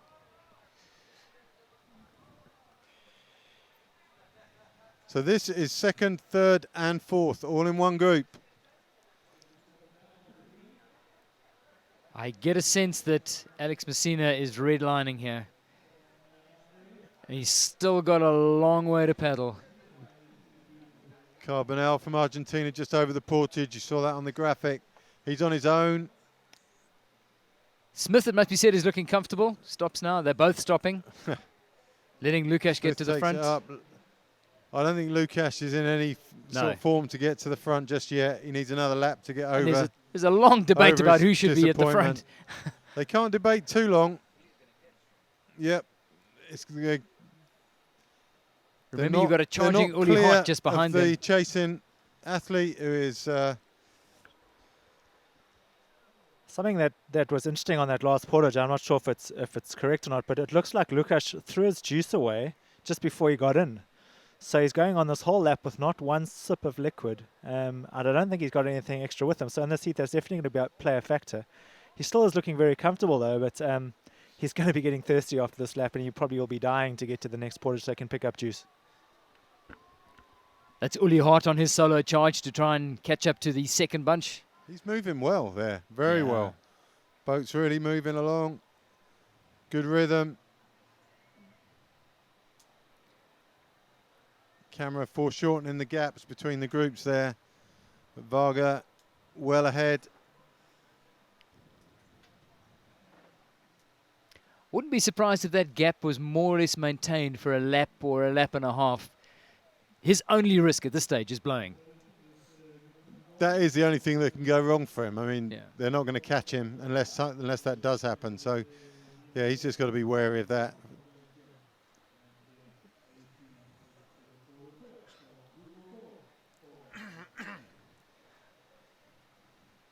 You can see he's feeling the heat out there. Every 20 strokes, although Varga puts in a high stroke and wipes the sweat out of his eyes or off his forehead to stop it running into his eyes. He's not looking hugely comfortable, is he? Certainly, there is strain there. It might only be strain from the heat, but either way, they've still got... the lap counter doesn't seem to be working, so I'm sure we've passed lap 1. He's on lap 4 right now, I think. We've had 3 portages. He's done 3 portages. 3 portages, he's on lap 4. And they've got 5 portages to do. So he's got 2 more portages. I think our producers have joined the effort to get GB and South Africa onto the podium here. So we've discounted a couple of laps for him.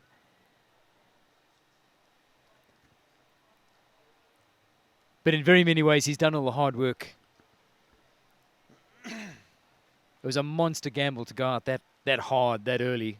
But it certainly paid dividends for him right now. This boys K1 field now completely splintered. Not one group of 4 left out there. Yeah. And the Egyptian geese insisting on swimming in front of that chasing bunch. So these boys head up to the top turn. Varga already round it, I think, and on his way back. That's the real lap counter bottom right. We're on lap 4, so it's been 4 sorted. of 6. Charlie at the front. 2 more portages to do. Alex Istvan.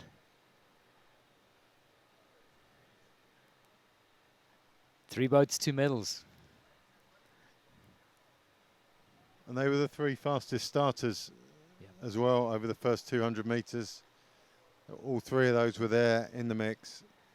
So however this ends, it's going to be exciting.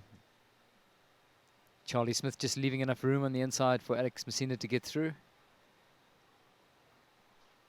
Spare a thought for the marathon officials spending the day under the brolly. They love the sport and they're obviously doing it for the right reasons, but crikey, it's a long day. Charlie now backing off. They love it, and they get a free T-shirt and sometimes a bag as well. So, you know, I don't feel any empathy or sympathy for them. You know, once you've got enough of those backpacks with a T-shirt, a pen sometimes, a whistle maybe. And a burger in a styrofoam box once a day. Absolutely. I mean, it's all bonuses. It's about the perks when you're an official.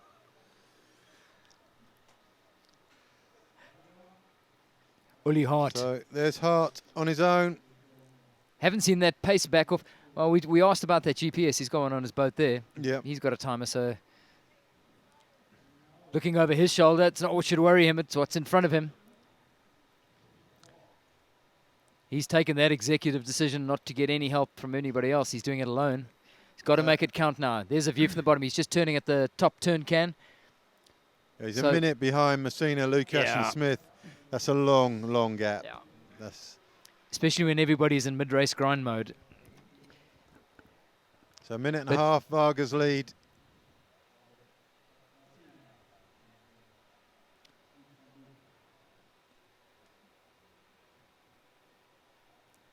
You want to try and get a style and a technique to get youngsters to carbon copy. That's pretty much it.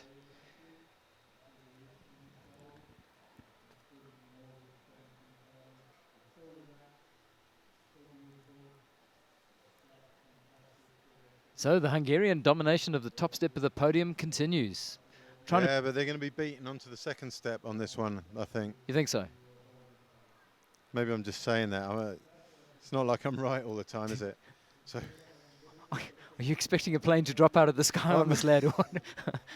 No, I mean, he's going to get the top step. I'll give him the top step, but second step is open to debate still. And so far, nobody's beaten him to the second step either. So I think that silver bronze race is going to be the really memorable part of this race. I'm afraid Varga he's won our admiration. That hands down, the job's done. It's been super impressive. I would love to find an athlete capable of going toe to toe with him, but I haven't seen him. We certainly haven't seen him here this year. It'd be good to go back over the years and pick the best junior you've ever seen and put him toe to toe with Varga. Who would that be? To be fair, you've got me there. I mean, the Hungarians have chucked out someone like him every now and then. Yeah. Yeah. Although Hank McGregor was never a junior world champion, that's only because they didn't have world championships back then. He won it in Sweden, I think. I think it was probably a World Cup though. 98 or was it? I think he was 96. Was it official junior world championship? It was one of the first junior world champions. Ben Brown went on to win the seniors. Yeah, surprisingly, you get this sort of talent here, and he's lapping as fast as the seniors will lap, almost certainly. But if you put him in the senior race, he won't be. He'll get eaten. Mixing it. He would. He'd just get eaten by the big guys. So it's a big jump even from here, even with that level of talent, to make it in the senior ranks. This picture shows opportunity for Uli Hart because this chasing bunch has definitely taken their foot off the pedal. And if Uli has still got some gas in the tank, there is an opportunity for him to get into the mix for that race. And suddenly you've got 4 boats racing for 2 medals. Let's have a look. Let's see if camera's going to pan back enough to catch Uli on his own. That's back with Varga at the front.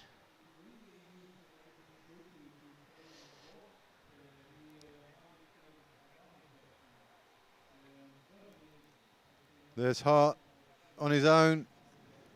But I think you're right, Dave. I think he is travelling faster than the second group. It's just whether he runs out of time, really. Yep.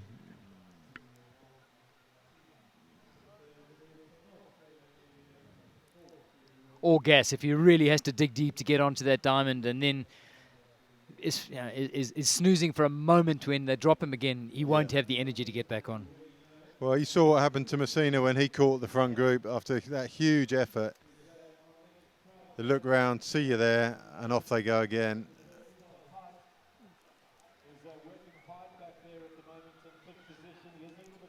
Physique built to paddle when it all works like that. When you see the arms, the torso, the legs driving like that, it's just, that boat is purring.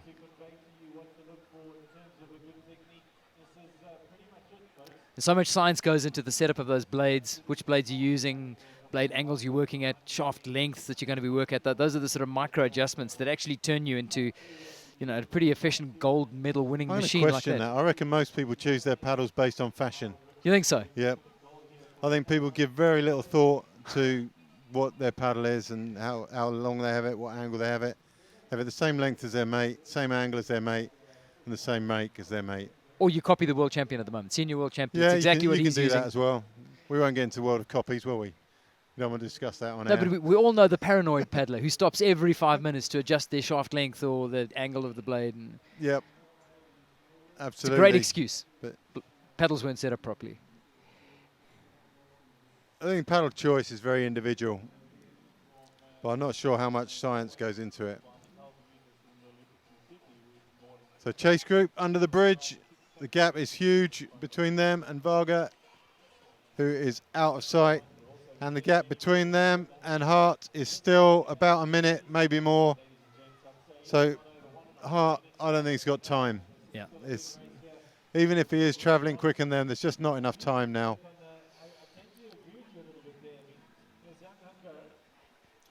So this is where silver and bronze are going to come from. It's going to be one unlucky fourth place. Lukasz has played this nicely. He came thundering off that front bunch, and he really looked like in the form he was but in. sadly for him, there is no Hungarian commentator. So he's not going to be one of the crowd favourites as far as we're concerned coming in. That's a bit harsh because I'm sure he's a lovely guy. And he's a great paddler, but he was a great paddler in trouble. Yeah. And he's consolidated, settled himself into this front bunch, and he is now very much in the running. The way that he was tumbling off the front of that bunch, I thought he was going to blow himself all the way back to 8th or beyond. He's consolidated his race, he's retooled the race plan, and now he's suddenly still very much in the race for a medal. If it comes to a straight sprint for the finish, you'd still have to have him in the mix, most definitely. But there's your winner. He's coming up for his penultimate portage.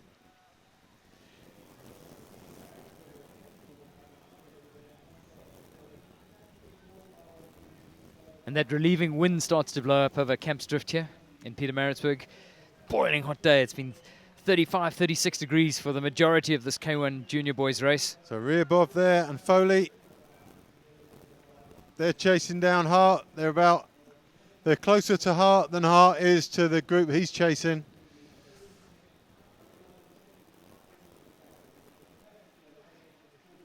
So there is no let up for Hart out there. Yeah. He can't give up the chase, because the moment he gives up the chase, he's going to be caught. Uli Hart right on that inside corner. You cut that corner, Ant? It's a tricky one, Dave. If you can cut it, but there's a lot more drag on the boat because it's really shallow. So sometimes better to go a bit wide and keep in the deep water. But it's personal preference. But I think most of the guys tend to go a little bit wide and stay in the deeper water because that drag when you're tired is hard work. So into the portage for the second to last time, Adam Varga.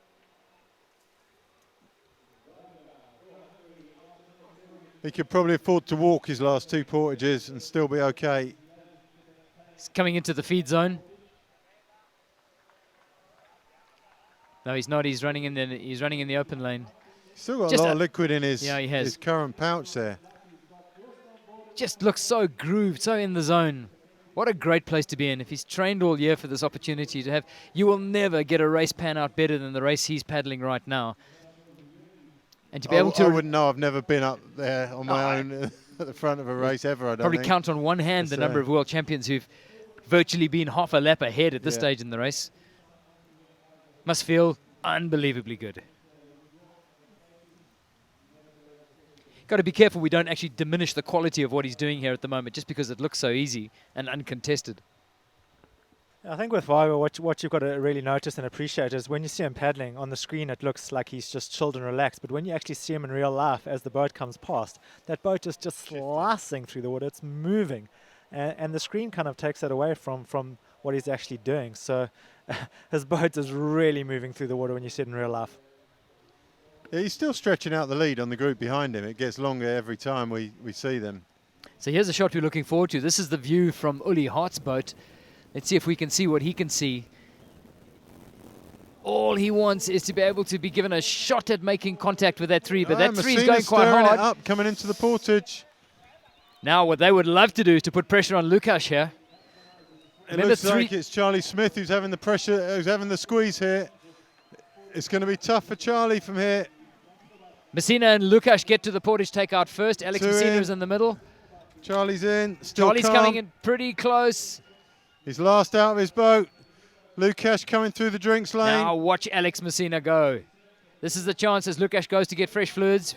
As Ant pointed out, you notice he didn't pick up, he discarded his fluids. And here goes Messina. Charlie Smith has run this beautifully. Wow, he's really portaged well. In fact, he's catching Messina, and the three of them are converging. All three are going to be together. This is a great race for the two smaller Hungarian medals on contention. Ran up too long. He's had to drop back. Smith and Messina away. Lukasz away. All away cleanly, and it's one more big lap before the final portage, and then everything to play for.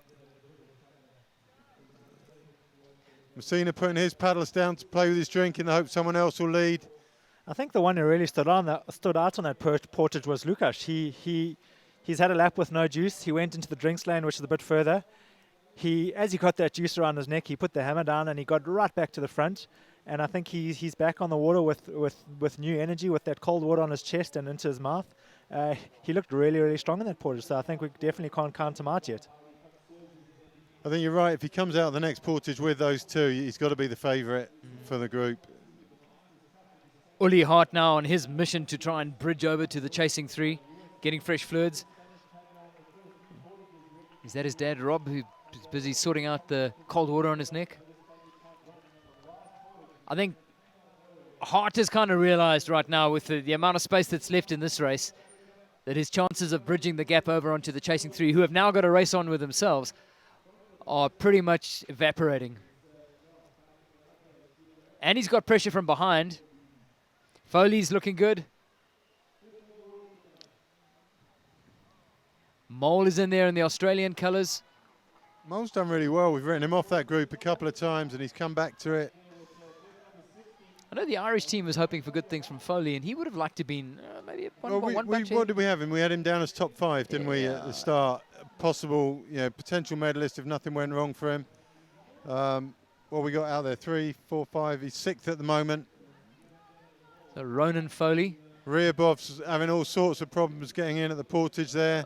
He's lost a lot of ground on Foley, who I reckon Foley could catch Hart. I believe he's training with the Salmon Leap Club. That's where he's moved out to, outside Dublin. He's getting a lot of guidance. It's not his home club, but he's moved out to the Salmon Leap Club where he's getting his sort of guidance and tuition and motivation to get out there day in and day out and do the hard John Simmons yards. has gone out there as a coach. He trained at our club for a long, long time. Trained with myself and Ben Brown and that gang. He's gone over to Ireland because with his girlfriend who lives out there anyway. And he's taken on this group of youngsters, and the whole group's lifted. Yeah, John's a super positive guy, very motivational, and he's really done a great job out there. And as we mentioned earlier, good to see such a big Irish team out here and full of spirit. Absolutely. Look, they're going to be very competitive. They've got some super paddlers in. Yeah, Jenny Egan's one of the contenders for the women's race. Barry Watkins has got the quality to be in the lead group of the men's. He hasn't had a great year, but he's still got that potential in there. The Maritzburg College boys getting baked in the sun, but you just can't keep them away. Mind you, they've managed to get off school on a Thursday afternoon, so getting a quick baking in the sun is well worth it. I'm going to deviate just for a second here. We talked about the schools and the fact that they're in the middle of their exams, and this is a junior boys race. It's probably an appropriate moment here. Michael House, Jan van der Westhuizen, who's going to be racing in the under-23 races at Michael House. The school suffered a tragedy this week when a bus transporting kids to a soccer match down in Durban had a terrible accident, and one of the kids was killed, and a lot of the kids were badly injured. One of the members of staff is in a really bad way. So schools here and the under-18 setup has been really, really rocked, and it's probably a good moment just to take a moment to say our hearts really go out to that Michael House community, to the families of the lad who lost his life, and to there are a couple of them still in ICU. Most of them luckily have been discharged and sent home, but not only did it happen to a youngster, which is just way too early, but it happened in a school sport environment. They were all in a bus heading off to a school sports event. So that news has rippled around the world, and it's happened in Maritzburg. And I know when Jean gets onto the water in the under-23 K1 race, that will definitely be in the back of his mind. He's a prefect at my class at the moment, so it really will affect him. So our hearts and thoughts go to my class guys. No my class guys on the water here, but it's a very important part of the setup here at Camps Drift.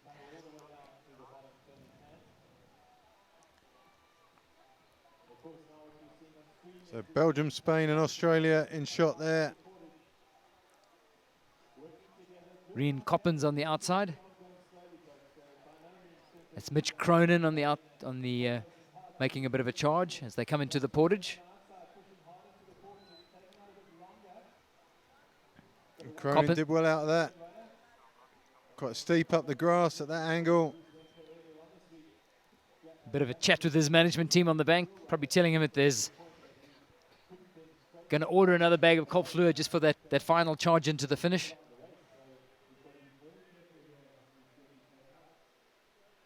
I mean, I'm with you. I'll have the boat and the juice in the back of the boat. I just can't stand a bag intended for medical purposes flopping around on my chest. Just having all that stuff on me. I'd swat it off. Yeah, people go to a lot of lengths to avoid wearing a PFD, and then they strap that lot onto your chest. It's just the same. Not quite as helpful if you fall in the ocean, obviously, having a drink strapped around your neck as a PFD. In that situation, I'd choose the PFD. But there isn't a situation in which I'd choose to drink voluntarily, I must admit. Yeah. Just put a bottle in the back of your boat and get on with it. So closing stages of the boys K1 race, a race that has been totally and utterly dominated by Adam Varga. Cantered away with this race. He's effectively secured the goal long before he got to the halfway mark. But this is the race that has everybody's attention because of these three boats, two of them are going to get onto the podium. Up front is Alex Messina, representing South Africa. On his outside is Charlie Smith. And just sitting off the back of the bunch at the moment, after having been rubbed off the front, is Isvan Lukas. If you want to, if you've got a sense of adventure, you can factor into this race Uli Hart, who's doing his darndest to try and get back onto this chasing punch of three. But I suspect he's going to run out of water and time to do that. He's not going to give up. He's going to keep trying to narrow that margin, wanting to believe that he's going to be gifted an opportunity with a disaster to one of these three. Alex Messina boys want Lukas to do something. Lukas, I think, knows he's only got one shot in him at some stage, and he wants to save that for the end. Gap now over 2 minutes. It's pulled another 30 seconds since the last time check, which was probably a lap ago. 30 seconds a lap, that's a lot of time.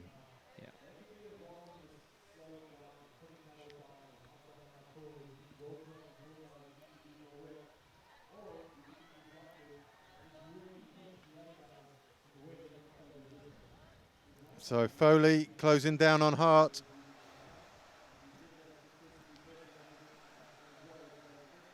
So my prediction for a top 5 for Foley could still come true.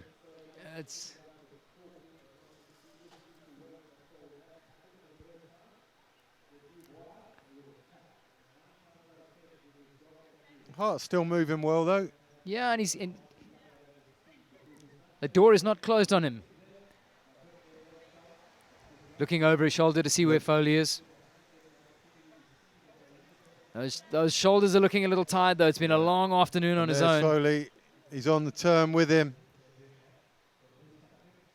Motivationally, you have to favour Foley at that stage. He's the one who's gaining ground.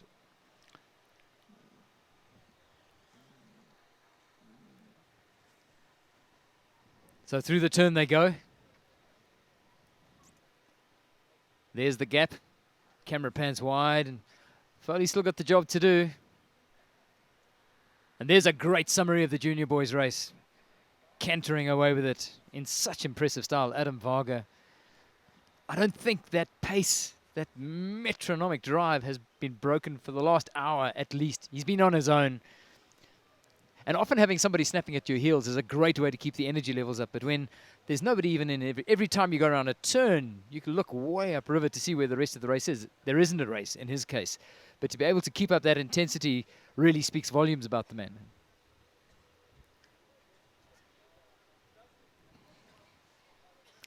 There's Daniel Mole in the yellow vest of Australia. And Ryabov in the blue from Ukraine.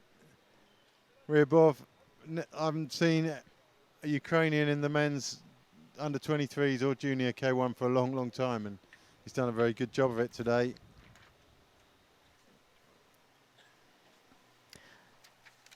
You mentioned the Ukraine, looking for the Polish boys coming through, you know, with so much strength in seaboat paddling. Yeah, we haven't had Polish in the junior boys either for a long time. Yeah.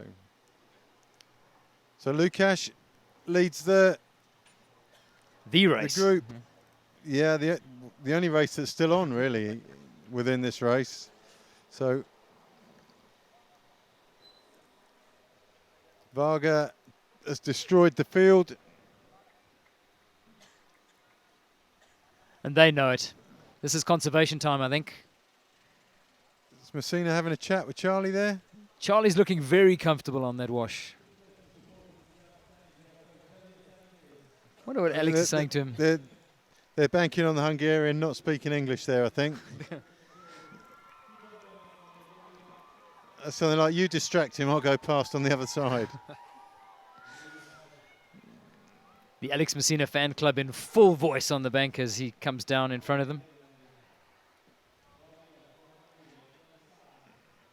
Lukasz has done his bit. He's going to have his drink. Smith moves to the front. Messina covers him. Needs to be awake here. So Varga has got about 1,500 metres, 2,000 metres rather, to go to his finish. Yeah, that goal's going to feel really good around his neck when it gets presented to him in about half an hour's time or so. We're going to know the words to the Hungarian national anthem by the end of this. I think the disc is stuck in the CD player here.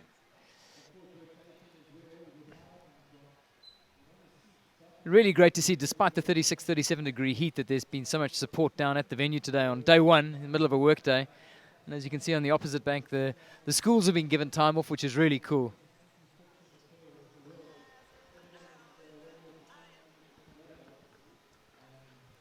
And Stott, do you remember your days as a schoolboy? He went to Maritzburg College just across the road. Who inspired you to actually... And has no age. He's one of those men that never ages. As a lighty, for international viewers, a young person, who inspired you to actually get into a boat and really try to give it horns? Yeah, I do somehow remember my school days, Dave, no matter, even though they were such a long time ago. But yeah, we were fortunate. Maritzburg College is right here on the banks of the river. It was before the days of this clubhouse, actually, that we started paddling. We used to carry our boats down from school every day, paddle around the drift, and then take them back up to school. Back in those days, there was no real... Well, we weren't really exposed much to international paddling, so we used to look at the doozy guys, the Kevin Whites and Graham Pope Ellises and those kinds of things. But then, yeah, there were the marathon paddlers like Graham Bird, Colin Simpkins, Robbie Herefelt.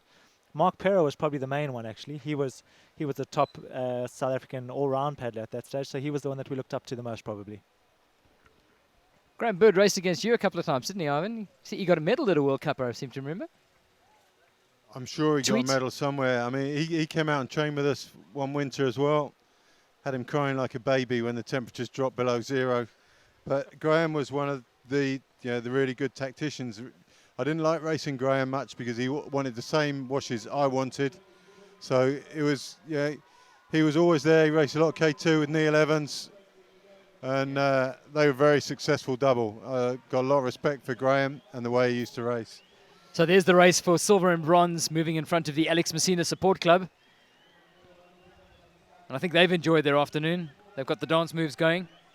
Alex is pulling the front of that bunch, and they are letting him know that they like it a lot. Fantastic scenes on the opposite bank.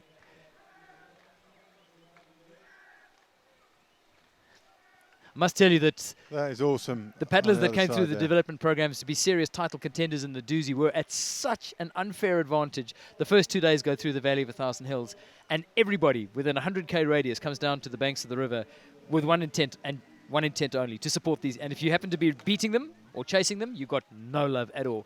But when these guys came through, they got rock star welcomes. It's lovely to watch. Yeah, if we think back to the first and second lap, we'd written him off. He'd had his fun at the front of the race, and we've written him off. You could easily see him just dropping back through the field, coming in 10th, 12th, somewhere back there. And he hasn't, has he? He didn't fold at all. He caught back up to the front group and got dropped instantly. But even that didn't deter him. He's carried on, caught Charlie up. Charlie and him have caught Lukasz up, and now they're fighting for second place. So first place is here. Walking it.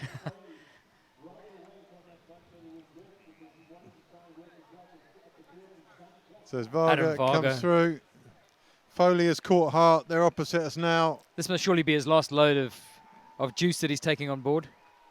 I don't think he went through. Yeah, he did. Through the drinks run. He's just taken some juice on now. So have we got the laps wrong again then, or?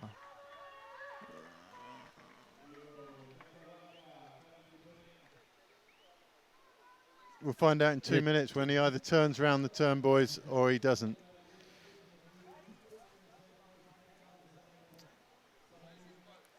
Great place to be in because he can really enjoy the occasion. I don't think he's going to let up on the pace in any way, but you can actually take a second to look around at the portage, make eye contact with some of your team members. Is making Lukasz suffer on that bottom turn. There could be a small gap between the front two and Lukasz. Messina is doing some real damage down there. Well, earlier in the race, we would have said that made Lukasz vulnerable because he wasn't running well, but his last portage was superb. So as the three of them turn those 300 meters into the portage takeout, Alec is looking over his shoulder. Alex has now decided we could possibly make this one count. He's looking to Charlie for a bit of help. I think they're both there. They're both comfortable again.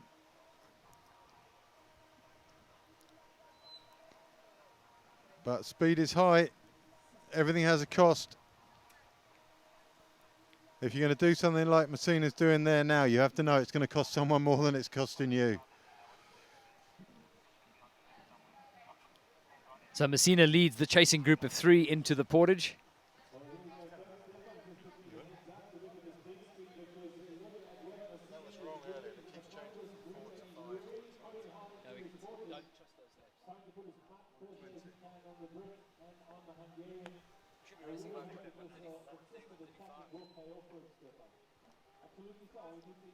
Alex Messina pulling this bunch into the portage.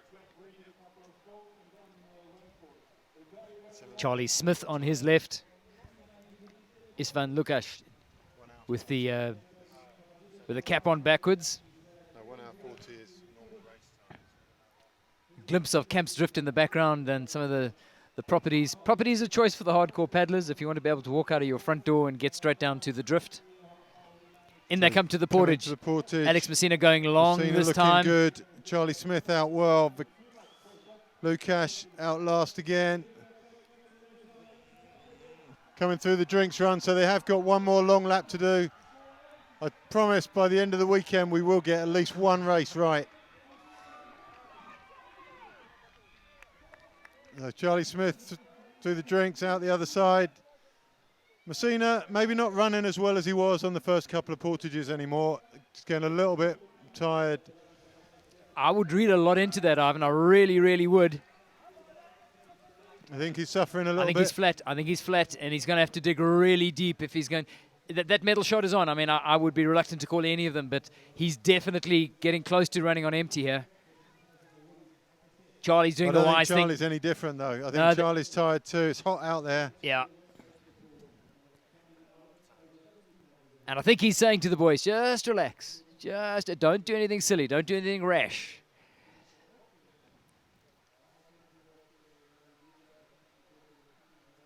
So Smith goes to the front. Messina and Lukasz on the back. Foley has caught Hart. Yeah, he has. And Hart looking a bit flat. Hart struggling. Foley's running really well. It was a brave charge from Uli Hart. It would have been an absolutely spectacular effort if he had pulled it off. He's coming into the portage now. Let's see how Foley runs this one. The longest run he can do. Get the nose of the boat up, and he's going for it. The fluids come off. Uli Hart's going to be getting his last load. Both of them going through the feeding zone. Cold water on the neck for Foley. Looking over his shoulder, he just gets a sniff that Hart might be off the back here. I think Hart is off the back Hart here. is off the back. Yep. Foley's Foley's running now with taking intent. off. He's running hard. He's getting in his boat well.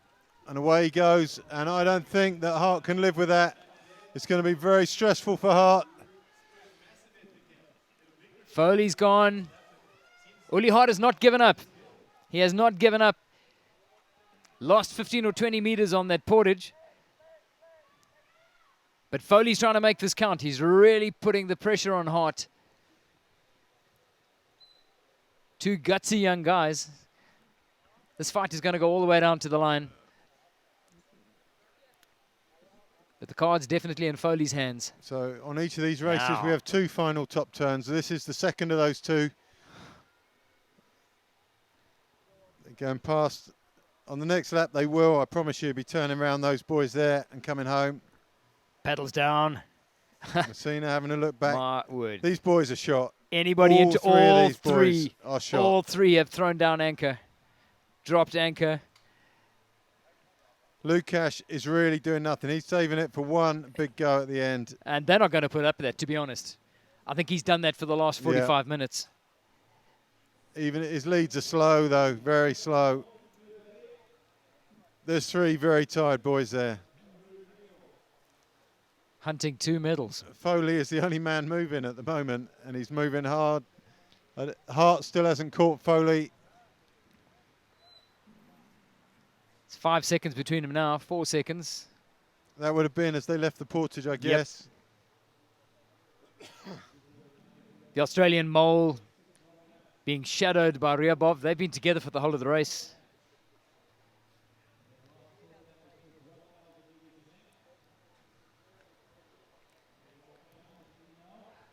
Varga grinding around the turn cans.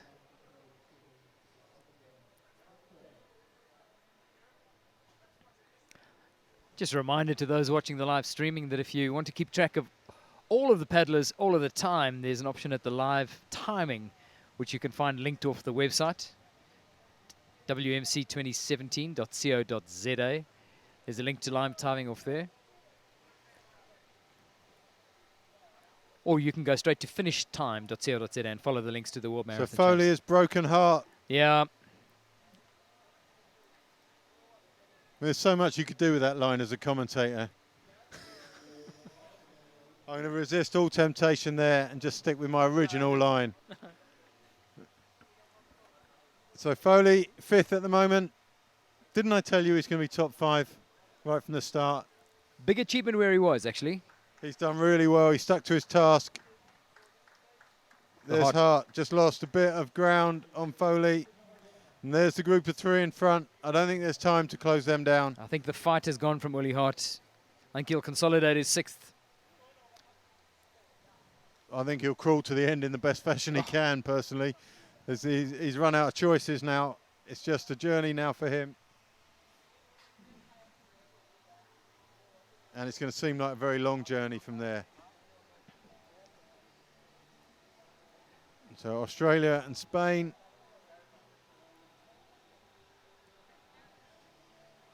That's going to be Cronin. Coming in with 65 from Spain is Cueto. And from Belgium, Coppens. Doesn't look like he's motivated to stay with these 2. It is a war of attrition out there, and I think it's the heat that's done that, isn't it? And they're all coming into the feed zone. I think they are so dehydrated. It's one of the skills, I guess, as an athlete, and to be able to read your body under extreme conditions. I mean, you train, you try to prepare for every possible eventuality, and then you get thrown a curveball by heat or cold or wind or even worse, and you can tell me about this because you've had it seriously, mystery bug, which suddenly sends your heart into overdrive, and you've got to be able to read and diagnose your body on the run. Yeah, as an athlete, you have to be prepared for any conditions. But unfortunately, it's hard to prepare for the heat. No one was expecting to be as hot as this. But ideally, when you know it's going to be hot, you can train in the heat. So for a race like Jersey, where you know it's going to be hot, you train in the heat, of the day. But these guys, they've come from Europe, most of them, and they're definitely not accustomed to this kind of weather. The cold is the same. The body doesn't perform well in the cold, and the colder it gets, the harder the body struggles to adapt. But then you get the UK guys and the guys from Europe who will do better in the cold. But yeah, the heat has definitely been a factor today. You've seen the pace drop off towards the end. You've seen the guys are looking tired and they've worked hard. But yeah, I think these three that we're watching here fighting it out for silver and bronze, maybe not showing all their cards, looking tired, looking slow, maybe a bit of an act, maybe conserving a bit for that final sprint. So maybe not as tired as they look. Alex Messina doing a lot of the work, maybe not the right thing to do, but these guys are young. They're going to learn a lot as they go. But yeah, we're still going to see an awesome sprint for those two final medals. But Varga here just showing absolute class, 2.5 minutes ahead, and just still flying through the water. Ivan, talk me through it. Look at the way that boat rides. Yeah. The transfer of power from that leg thrust and the way that it just leads to that surge of the boat. There's a few things you want to look for. So we talked about it already. The boat doesn't need to lean away from the side you're paddling on. That way you know the leg's connected. Then if you look at his right side as he pulls, it doesn't fold. It stays tall as he pulls. If you watch Messina, when he comes down, his side folds as he pulls. Not his arm, his actual waist folds. And you got to maintain that structural integrity so that everything, all the power comes inside you, doesn't get spilt outside. And that's what he's doing so well there. Any force he's generating is coming back inside, back into the boat, and is expressed in movement of the boat. And it's just really nice, really tidy. Takes the paddle out nice and wide at the back, so there's no breaking at the back. Have it too close and you can't pull it out of the water comfortably. So, I don't know, that's a nice technical model.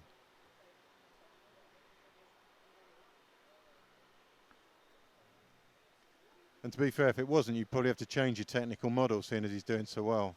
You'd have to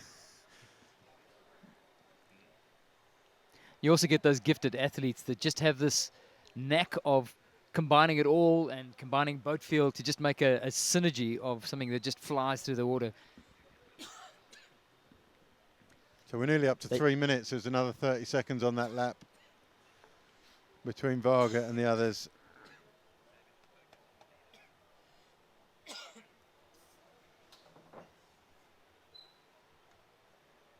What are we looking at? A 3K lap, 3.6K lap, 10 seconds a K.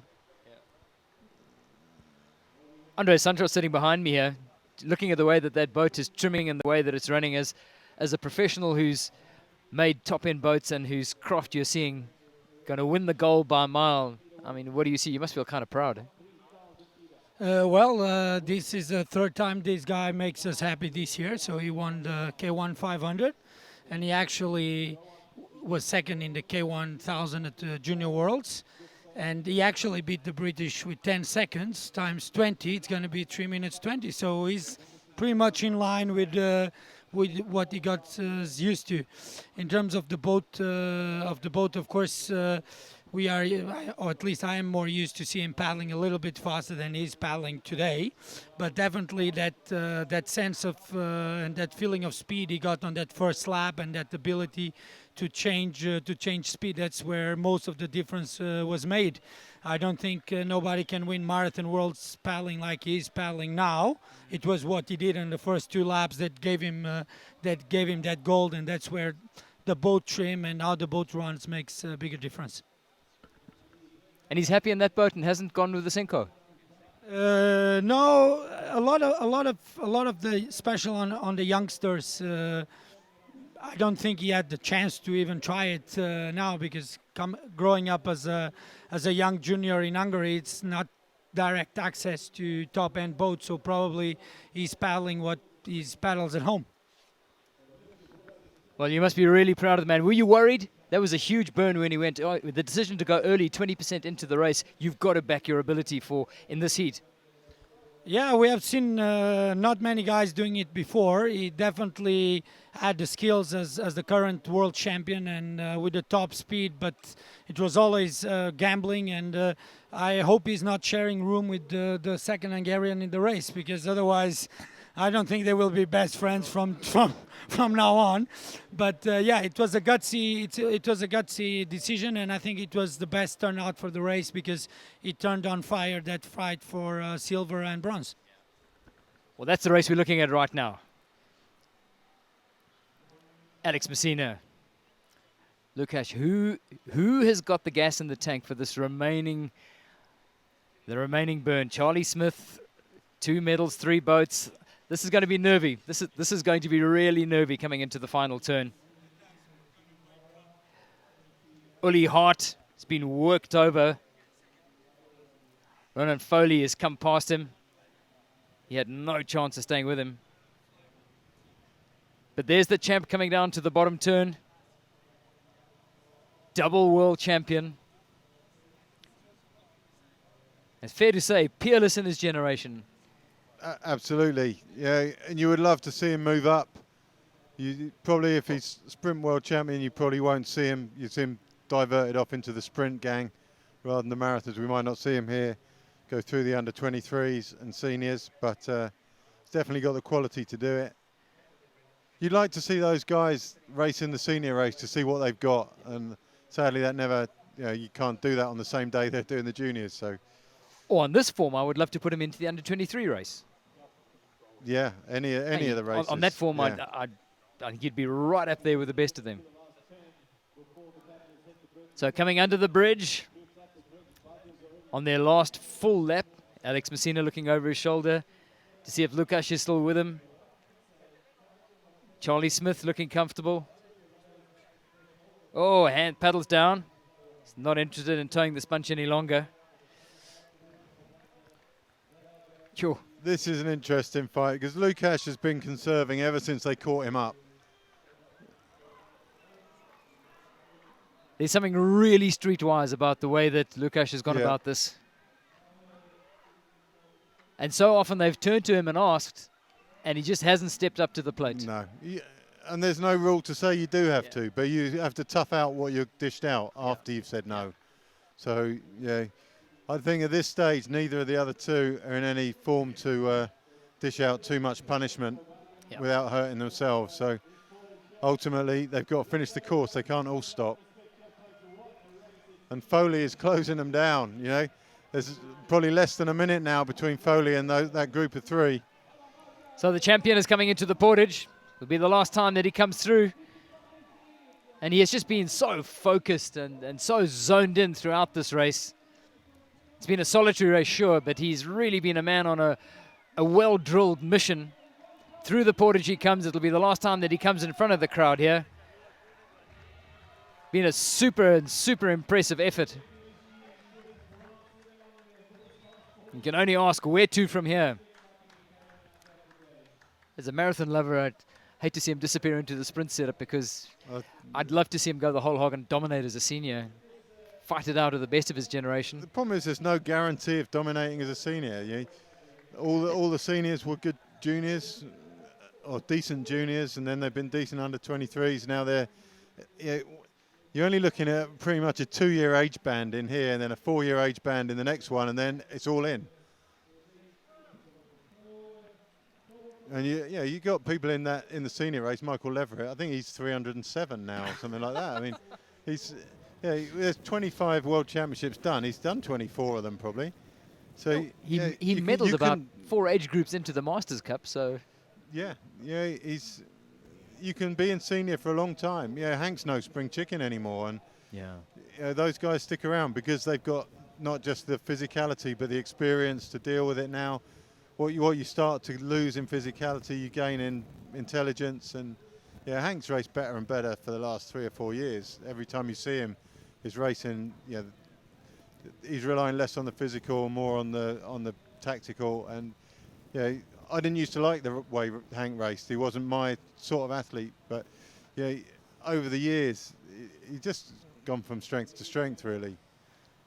Well, the Henk and Renatas of this world make marathoning unique that you can be so competitive into your 30s and 40s.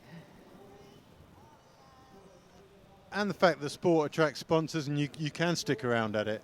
I remember in Cape Town, Tor Nielsen was racing there. He was one of the big favourites for a win.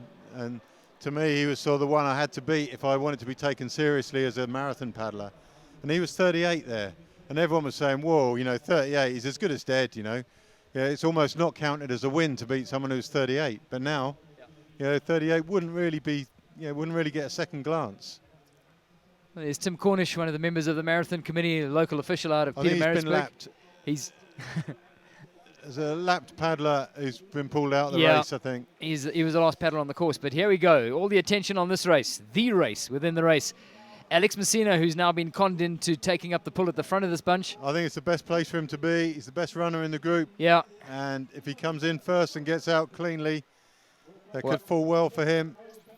This could be it. He needs to try and create an opportunity to get onto the water at the front of the bunch when he completes this portage. This will be the final portage.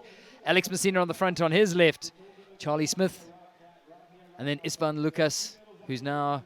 I think it's a mistake from Lukash because he's going to struggle to get around the back of both of them. Yeah, he's going for the long run.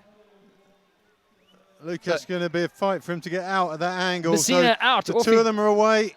Smith versus Messina. They could be Lukash breaking a contact. few lengths behind. Oh. Messina's running this so hard. Flicks his cap off. It's game time for Alex Messina, but what a great run. Smith's got it at the moment. Smith is looking so it's strong. It's going to on be the very run. hard for Messina to overtake Smith if Smith Messina's gets out first, but Messina's going to be away first. Great put in from Alex Messina. Awesome job from Messina. Lukash is struggling. He's out of it, I think. And it's Messina and Smith. Smith tried to get in first there, and he didn't make it. Messina was calm. He got in his boat so well. Lukash, I don't think, can close him down from there. I reckon it's down to 2. So we got 2 medals from the Lukash commentary knows team. it. Commentary team are happy either way now. You want a ching chong chuff for that medal? Well, I think we're going to get it. But an Alex Messina medal will send this place into such a frenzy. He's got his medal now. He's got the medal. The medal's his. Yeah, let's put the pox on the man. It'll be an unbelievable moment if we can get that right. But the victory procession of Adam Varga continues. He's coming under the bridge here. It's been one of those races which has just gone 100% according to plan. The second half, he's been totally unchallenged. He's been racing the race against himself inside his own head, against his own deadlines and benchmarks. It's all gone so fluidly to plan, and that's him cantering down to line. 200 meters to take him to the finish line here at Kampsdrift. It's going to return another gold medal to his trophy case, and I venture to suggest it's far from the last. What a talent. It's been a treat to watch this man in action. Every now and then you come across an athlete who is simply superior in every sense, and that is exactly what we're seeing on the water today from Adam Varga. Another gold going to Hungary, but this one, Ivan, I venture to assess, this is exceptional. This is exceptional. 2 years ago, I think it was Georgi Jakab did the same in Hungary, paddled off on his own. He's done it now. It was hard work still for him. It wasn't easy, most definitely, but very, very impressive. And here we go. Messina versus Smith. Heading up to the top turn. Here we go around the turn.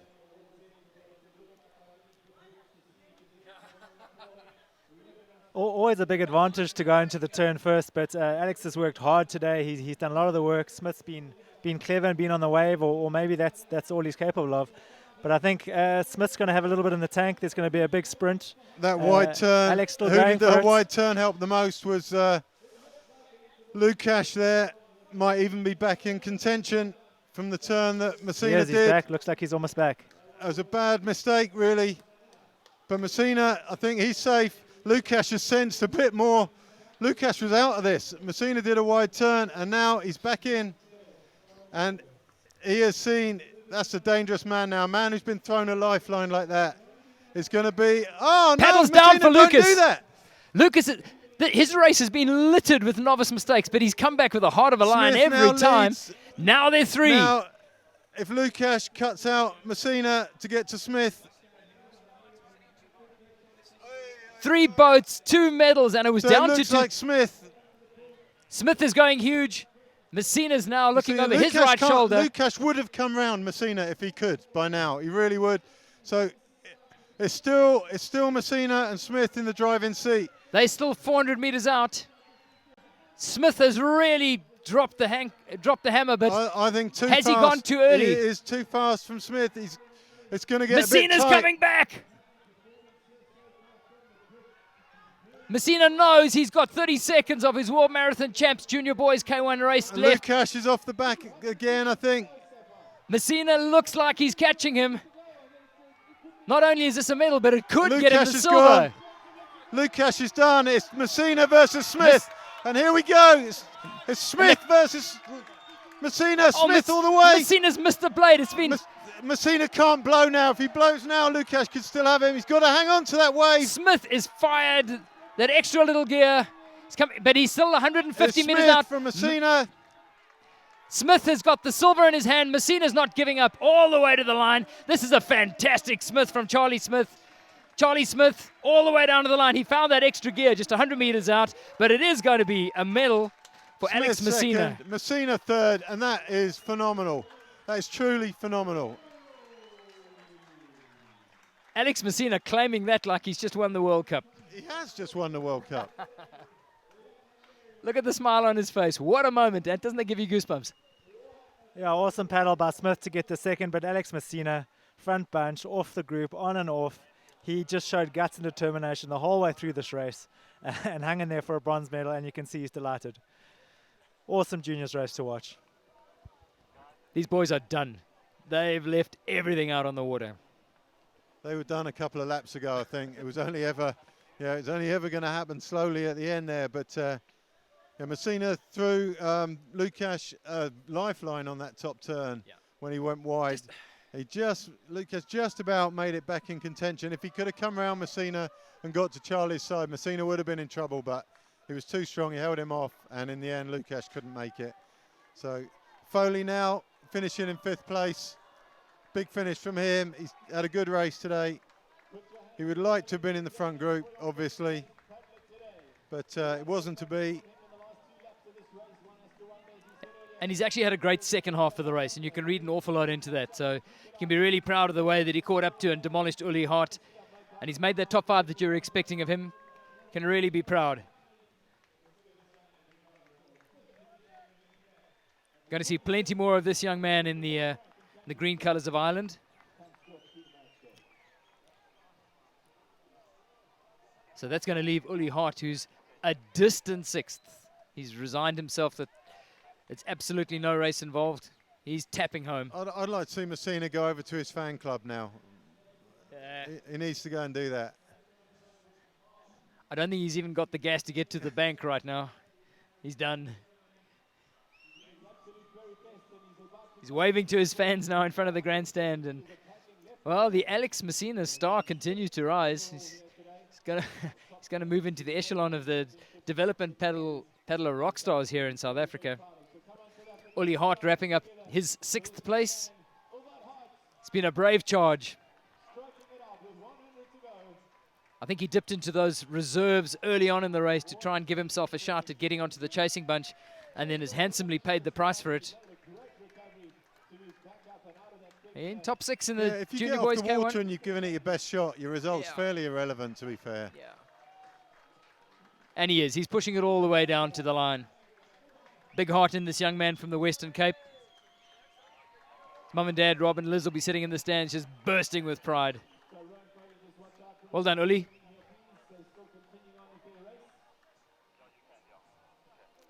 These boys are going to need to get themselves properly rehydrated after this, because it's been a very, very tough day. I imagine a few of these might be out in the K2s as well, some of the guys that are out here today.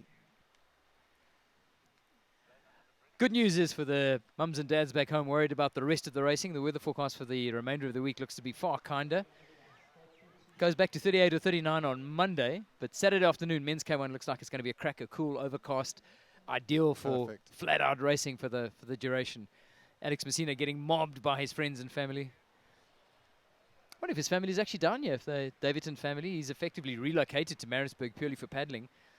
If they're not, I really hope somebody sorted them out to the live stream, because Messina family has every right to celebrate his achievement today. Coming in to finish now, Ryabov and Mole. Well, they fighting out for 7th and 8th. And Daniel Mole's got the jump on him. 7th, rather. Ryabov's coming off the wave. Past him. It's going to be tight. It's going to be Ryabov. Mole's got nothing left to fight him off. That's it. He's going at terminal. Ryabov comes screaming past him. An impressive finish from the Ukrainian there. Wow.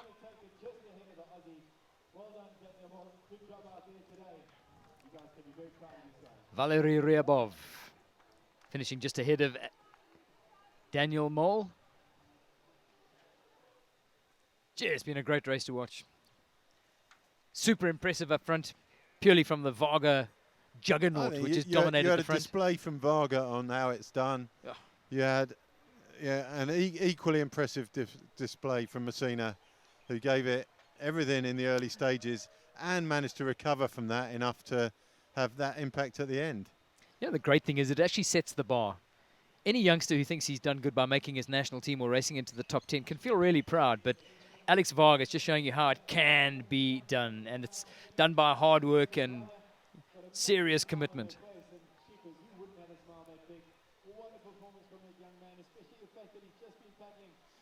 Boat 11 there, Javier Sanchez from Spain. Yeah, he was 6th at the Europeans. We've seen quite a lot of the guys who did well at the Europeans really not featuring here this weekend. Just somehow always on the cusp, just never really in the mix. That's the Argentinian. I think Carbonell from Argentina. Joaquin Carbonell. And the Argentinians were the revelation last year in Germany in the under-23s. There were some really good racers from Argentina, really intelligent racers. And I'm looking forward to seeing them later on in the weekend. It's obviously starting to spill over into the juniors for them. And second Australian there. It's Mitch Cronin coming down to the line.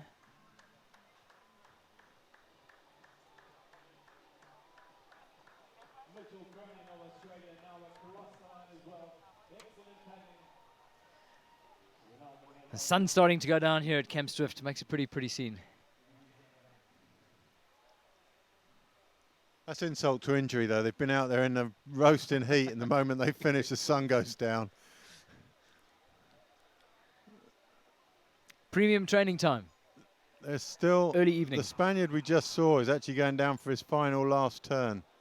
So we've got a bit of time out here still. No, that can't be right, because he would have been lapped and taken out of the race. So maybe he's just making a day of it. Bit of a warm down. Rien Coppens clocking the finish for Belgium. Another one of the nations with a proud tradition invested in marathon racing.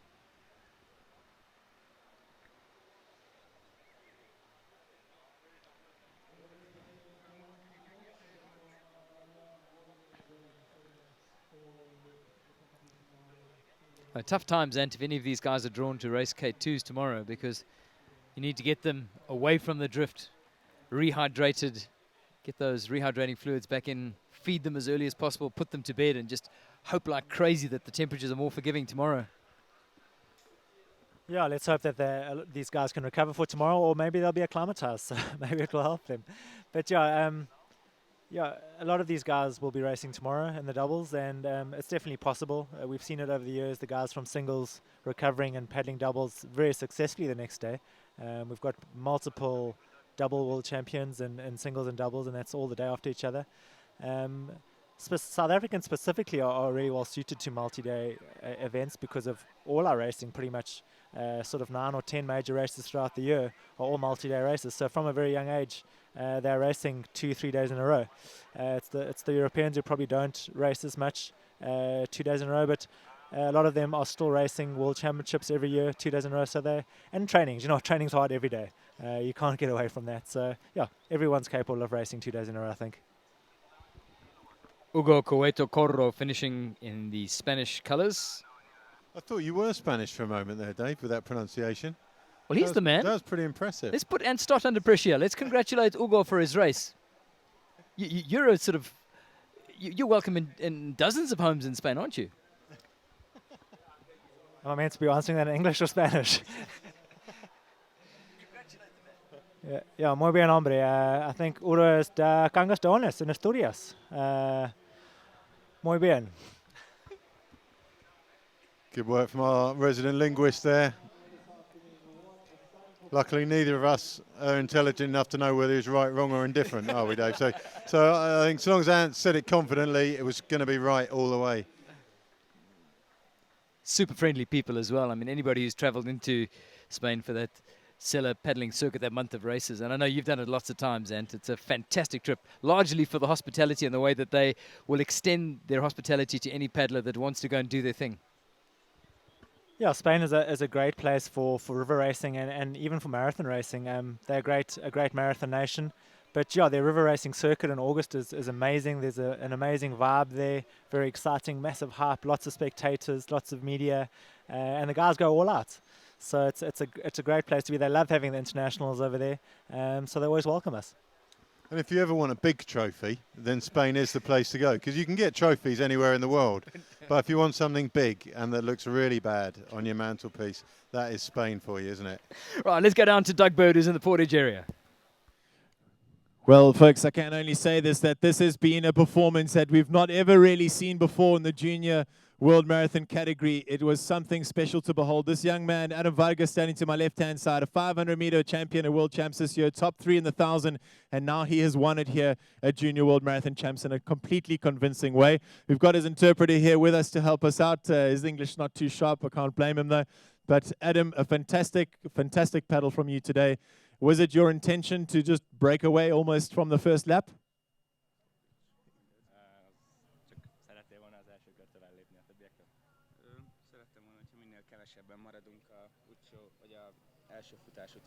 Well, he don't likes portages where too many people around him, so he was let's try to bring it down 1 or 2, so he's like alone in the portages, and that was his tactic, I think.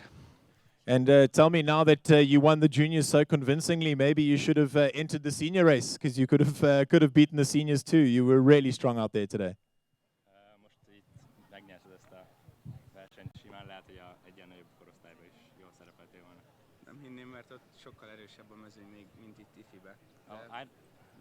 Well, I don't think so, because the race is much harder and the competitors are much stronger in a higher level, so in senior.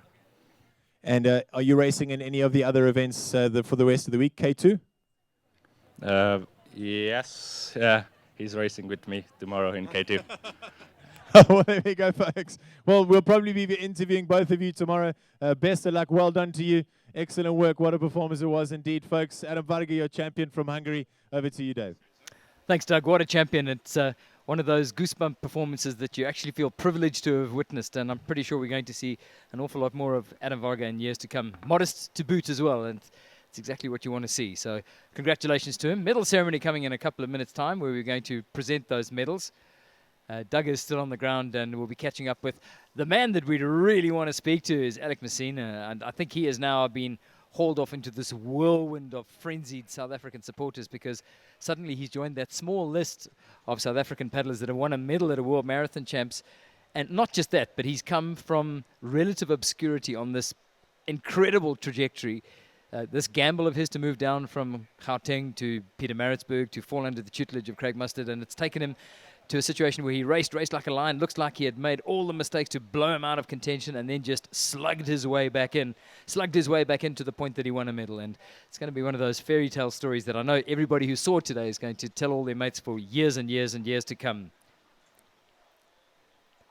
So the city of Pietermaritzburg is now cooling down after a blindingly hot summer's day. It's been a day of fantastic racing, focusing on the juniors. We've had a fair share of seaboat racing, but it's been all about the junior K1s and K2s. And the focus stays with the juniors for tomorrow, because we're going to be shifting to the K2 racing largely in the juniors and under 23s, and that's going to be really interesting. Let's shoot back down to Doug in the Portage area. Well, we might be seen to be a little bit biased here, folks. I don't think you can blame us. This is a phenomenal performance from this young man, Swisel Messina, standing here next to me on my left-hand side. Swisel, this race must have been above and beyond your expectations. Yeah, it was. I didn't think I was going to get back on the bunch. All the 3 guys were gone. In my head, I told myself I had 4th already. So I already settled, and I saw one guy drop off, and then the other. I was like, okay, maybe I can try to get back on the bunch and maybe make a difference here. Well, you certainly did, because we saw you were in an attacking form the whole day, on the corner in particular, on the bottom every lap. It seems that you really did a big interval into the portages.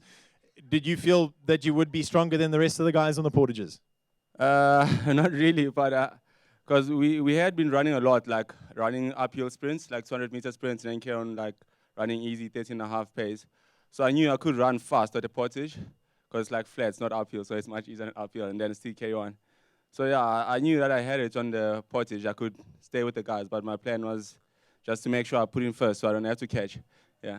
That's always a good strategy. Now, in terms of racing on a local environment, you of course had South African marathon champs here at this venue on the same course a couple of weeks ago. But racing on the world stage, was it any different out there from a tactical point of view? Did the other paddlers behave quite differently in terms of their approach? Because it looked at times you guys were just putting paddles down and waiting for one another to take up the pull. Yeah, I think everyone was tired, so no one wanted to do the job. But yeah, we would like change pulls, and sometimes someone would want to pull, and then we'd just all put our paddles down, and you had to pull if it is 10. So yeah. Well, there we go, ladies and gents. Your bronze medalist, Viso Messina, you're an absolute champion. Well done, man. Thank you so much. Back to you guys, Dave. Thanks, Doug. The Sviso fans absolutely loving the occasion here, and I think there's going to be a fairly big crowd waiting for the medal ceremony, which is going to happen in a couple of minutes' time. Still got a couple of paddlers out on the course. It's been, I guess, extended a bit by the fact that the heat has made it really, really tough. Out on the water is Javier Sanchez in the colours of Spain coming under the bridge, so he'll be coming down to the line. Let's go back down to Doug. He's got all the action happening in the portage zone. Our silver medalist, Charles Smith, now here with me. I must say, you really surprised us on the runs today. Cheapers, you got a turn of speed. Yeah, I always knew running was one of my strong parts, so I was looking to utilise it at the right points. Now, you've, of course, raced on a world marathon stage before, and geez, that pace up front by Varga in the beginning. At what point did you decide, you know what, this is maybe going to really push me to the ends where I might end up being so tired I'll drop out of the top three? At what point did you guys say, okay, let's just be realistic here, and what went through your mind? So on the second lap, it was me and the two Hungarians. I dropped into the half V, and I was just stretched a little bit too much, and I was hoping that Adam would leave everyone behind at some point, and maybe we'd be able to catch up with the second Hungarian, and luckily it worked out.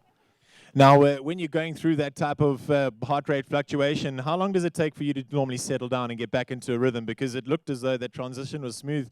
To be honest, you never looked flustered throughout the race. So after I dropped off and I was on my own, I took the opportunity to rest a little bit. I knew the South African lad was just behind me, so I could take it a little bit easier and hopefully work together again like we did to catch up with the second Hungarian.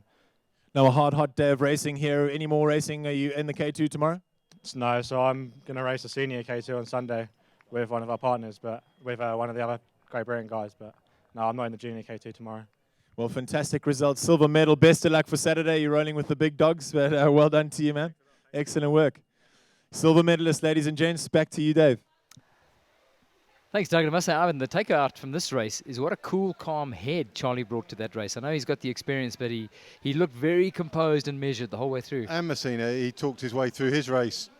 They had clear thought pattern throughout. They both did, and you know, they're only young guys, and you know, it's gonna be interesting for them to get in the senior men's K2 race. That's a bit of a wake-up call. To be fair, he's doing that because there's illness in our team, so he's stepping into somebody else's shoes for that one, and it'll be great fun. So a fantastic day's racing. Day one of the World Marathon Champs here at Camps Drift. It's been focusing on the juniors, but the racing has been as hot as the weather. There's been plenty of drama, plenty of talking points as we head for our homes and the homes away from home tonight. After a blinding day's heat here at the Drift, we can look back on some really, really special memories. Some of the paddlers, a small elite few, are going to go home with medals in their bags and memories that they will cherish forever. But it's been a special day here at the Drift, been enjoyed by a big crowd of paddlers who will be paddling over the remaining 3 days of competition. A lot of fans that have come down to watch it, and I'm sure that those numbers are going to swell over the next couple of days. So tomorrow, K2 racing largely with the juniors and the under-23s, and then on the weekend, K1 racing for the seniors, seniors, and K2 racing on Sunday. It's been a special day here at the Drift, so from Doug Bird, from Anstott, from Ivan Lawler, and myself, that's it. We are going to bring down the curtain today with the medal ceremonies, and then time to catch our breath, get something cool to drink, and gear ourselves up for day 2.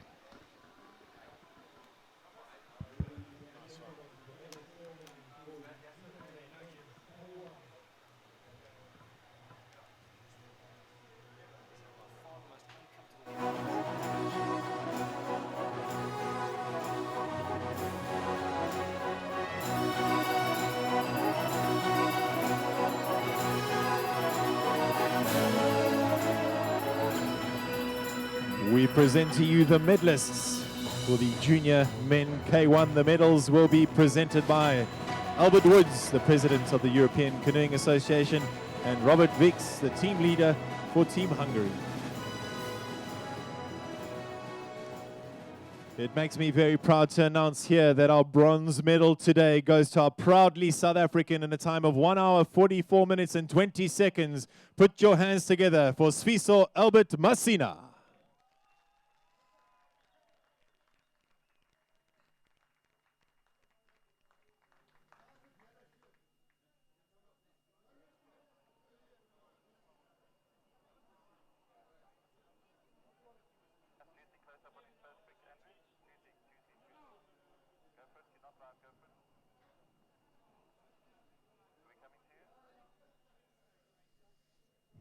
A very strong performance for our silver medalist here today, representing Great Britain in a time of 1:44.17. Put your hands together for Charles Smith.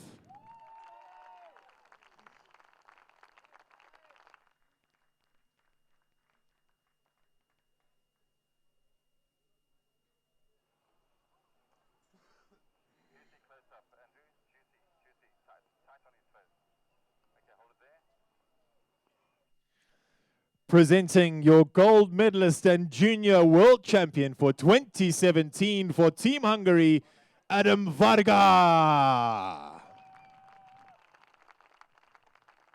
1 hour, 41 minutes and 35 seconds, the winning time.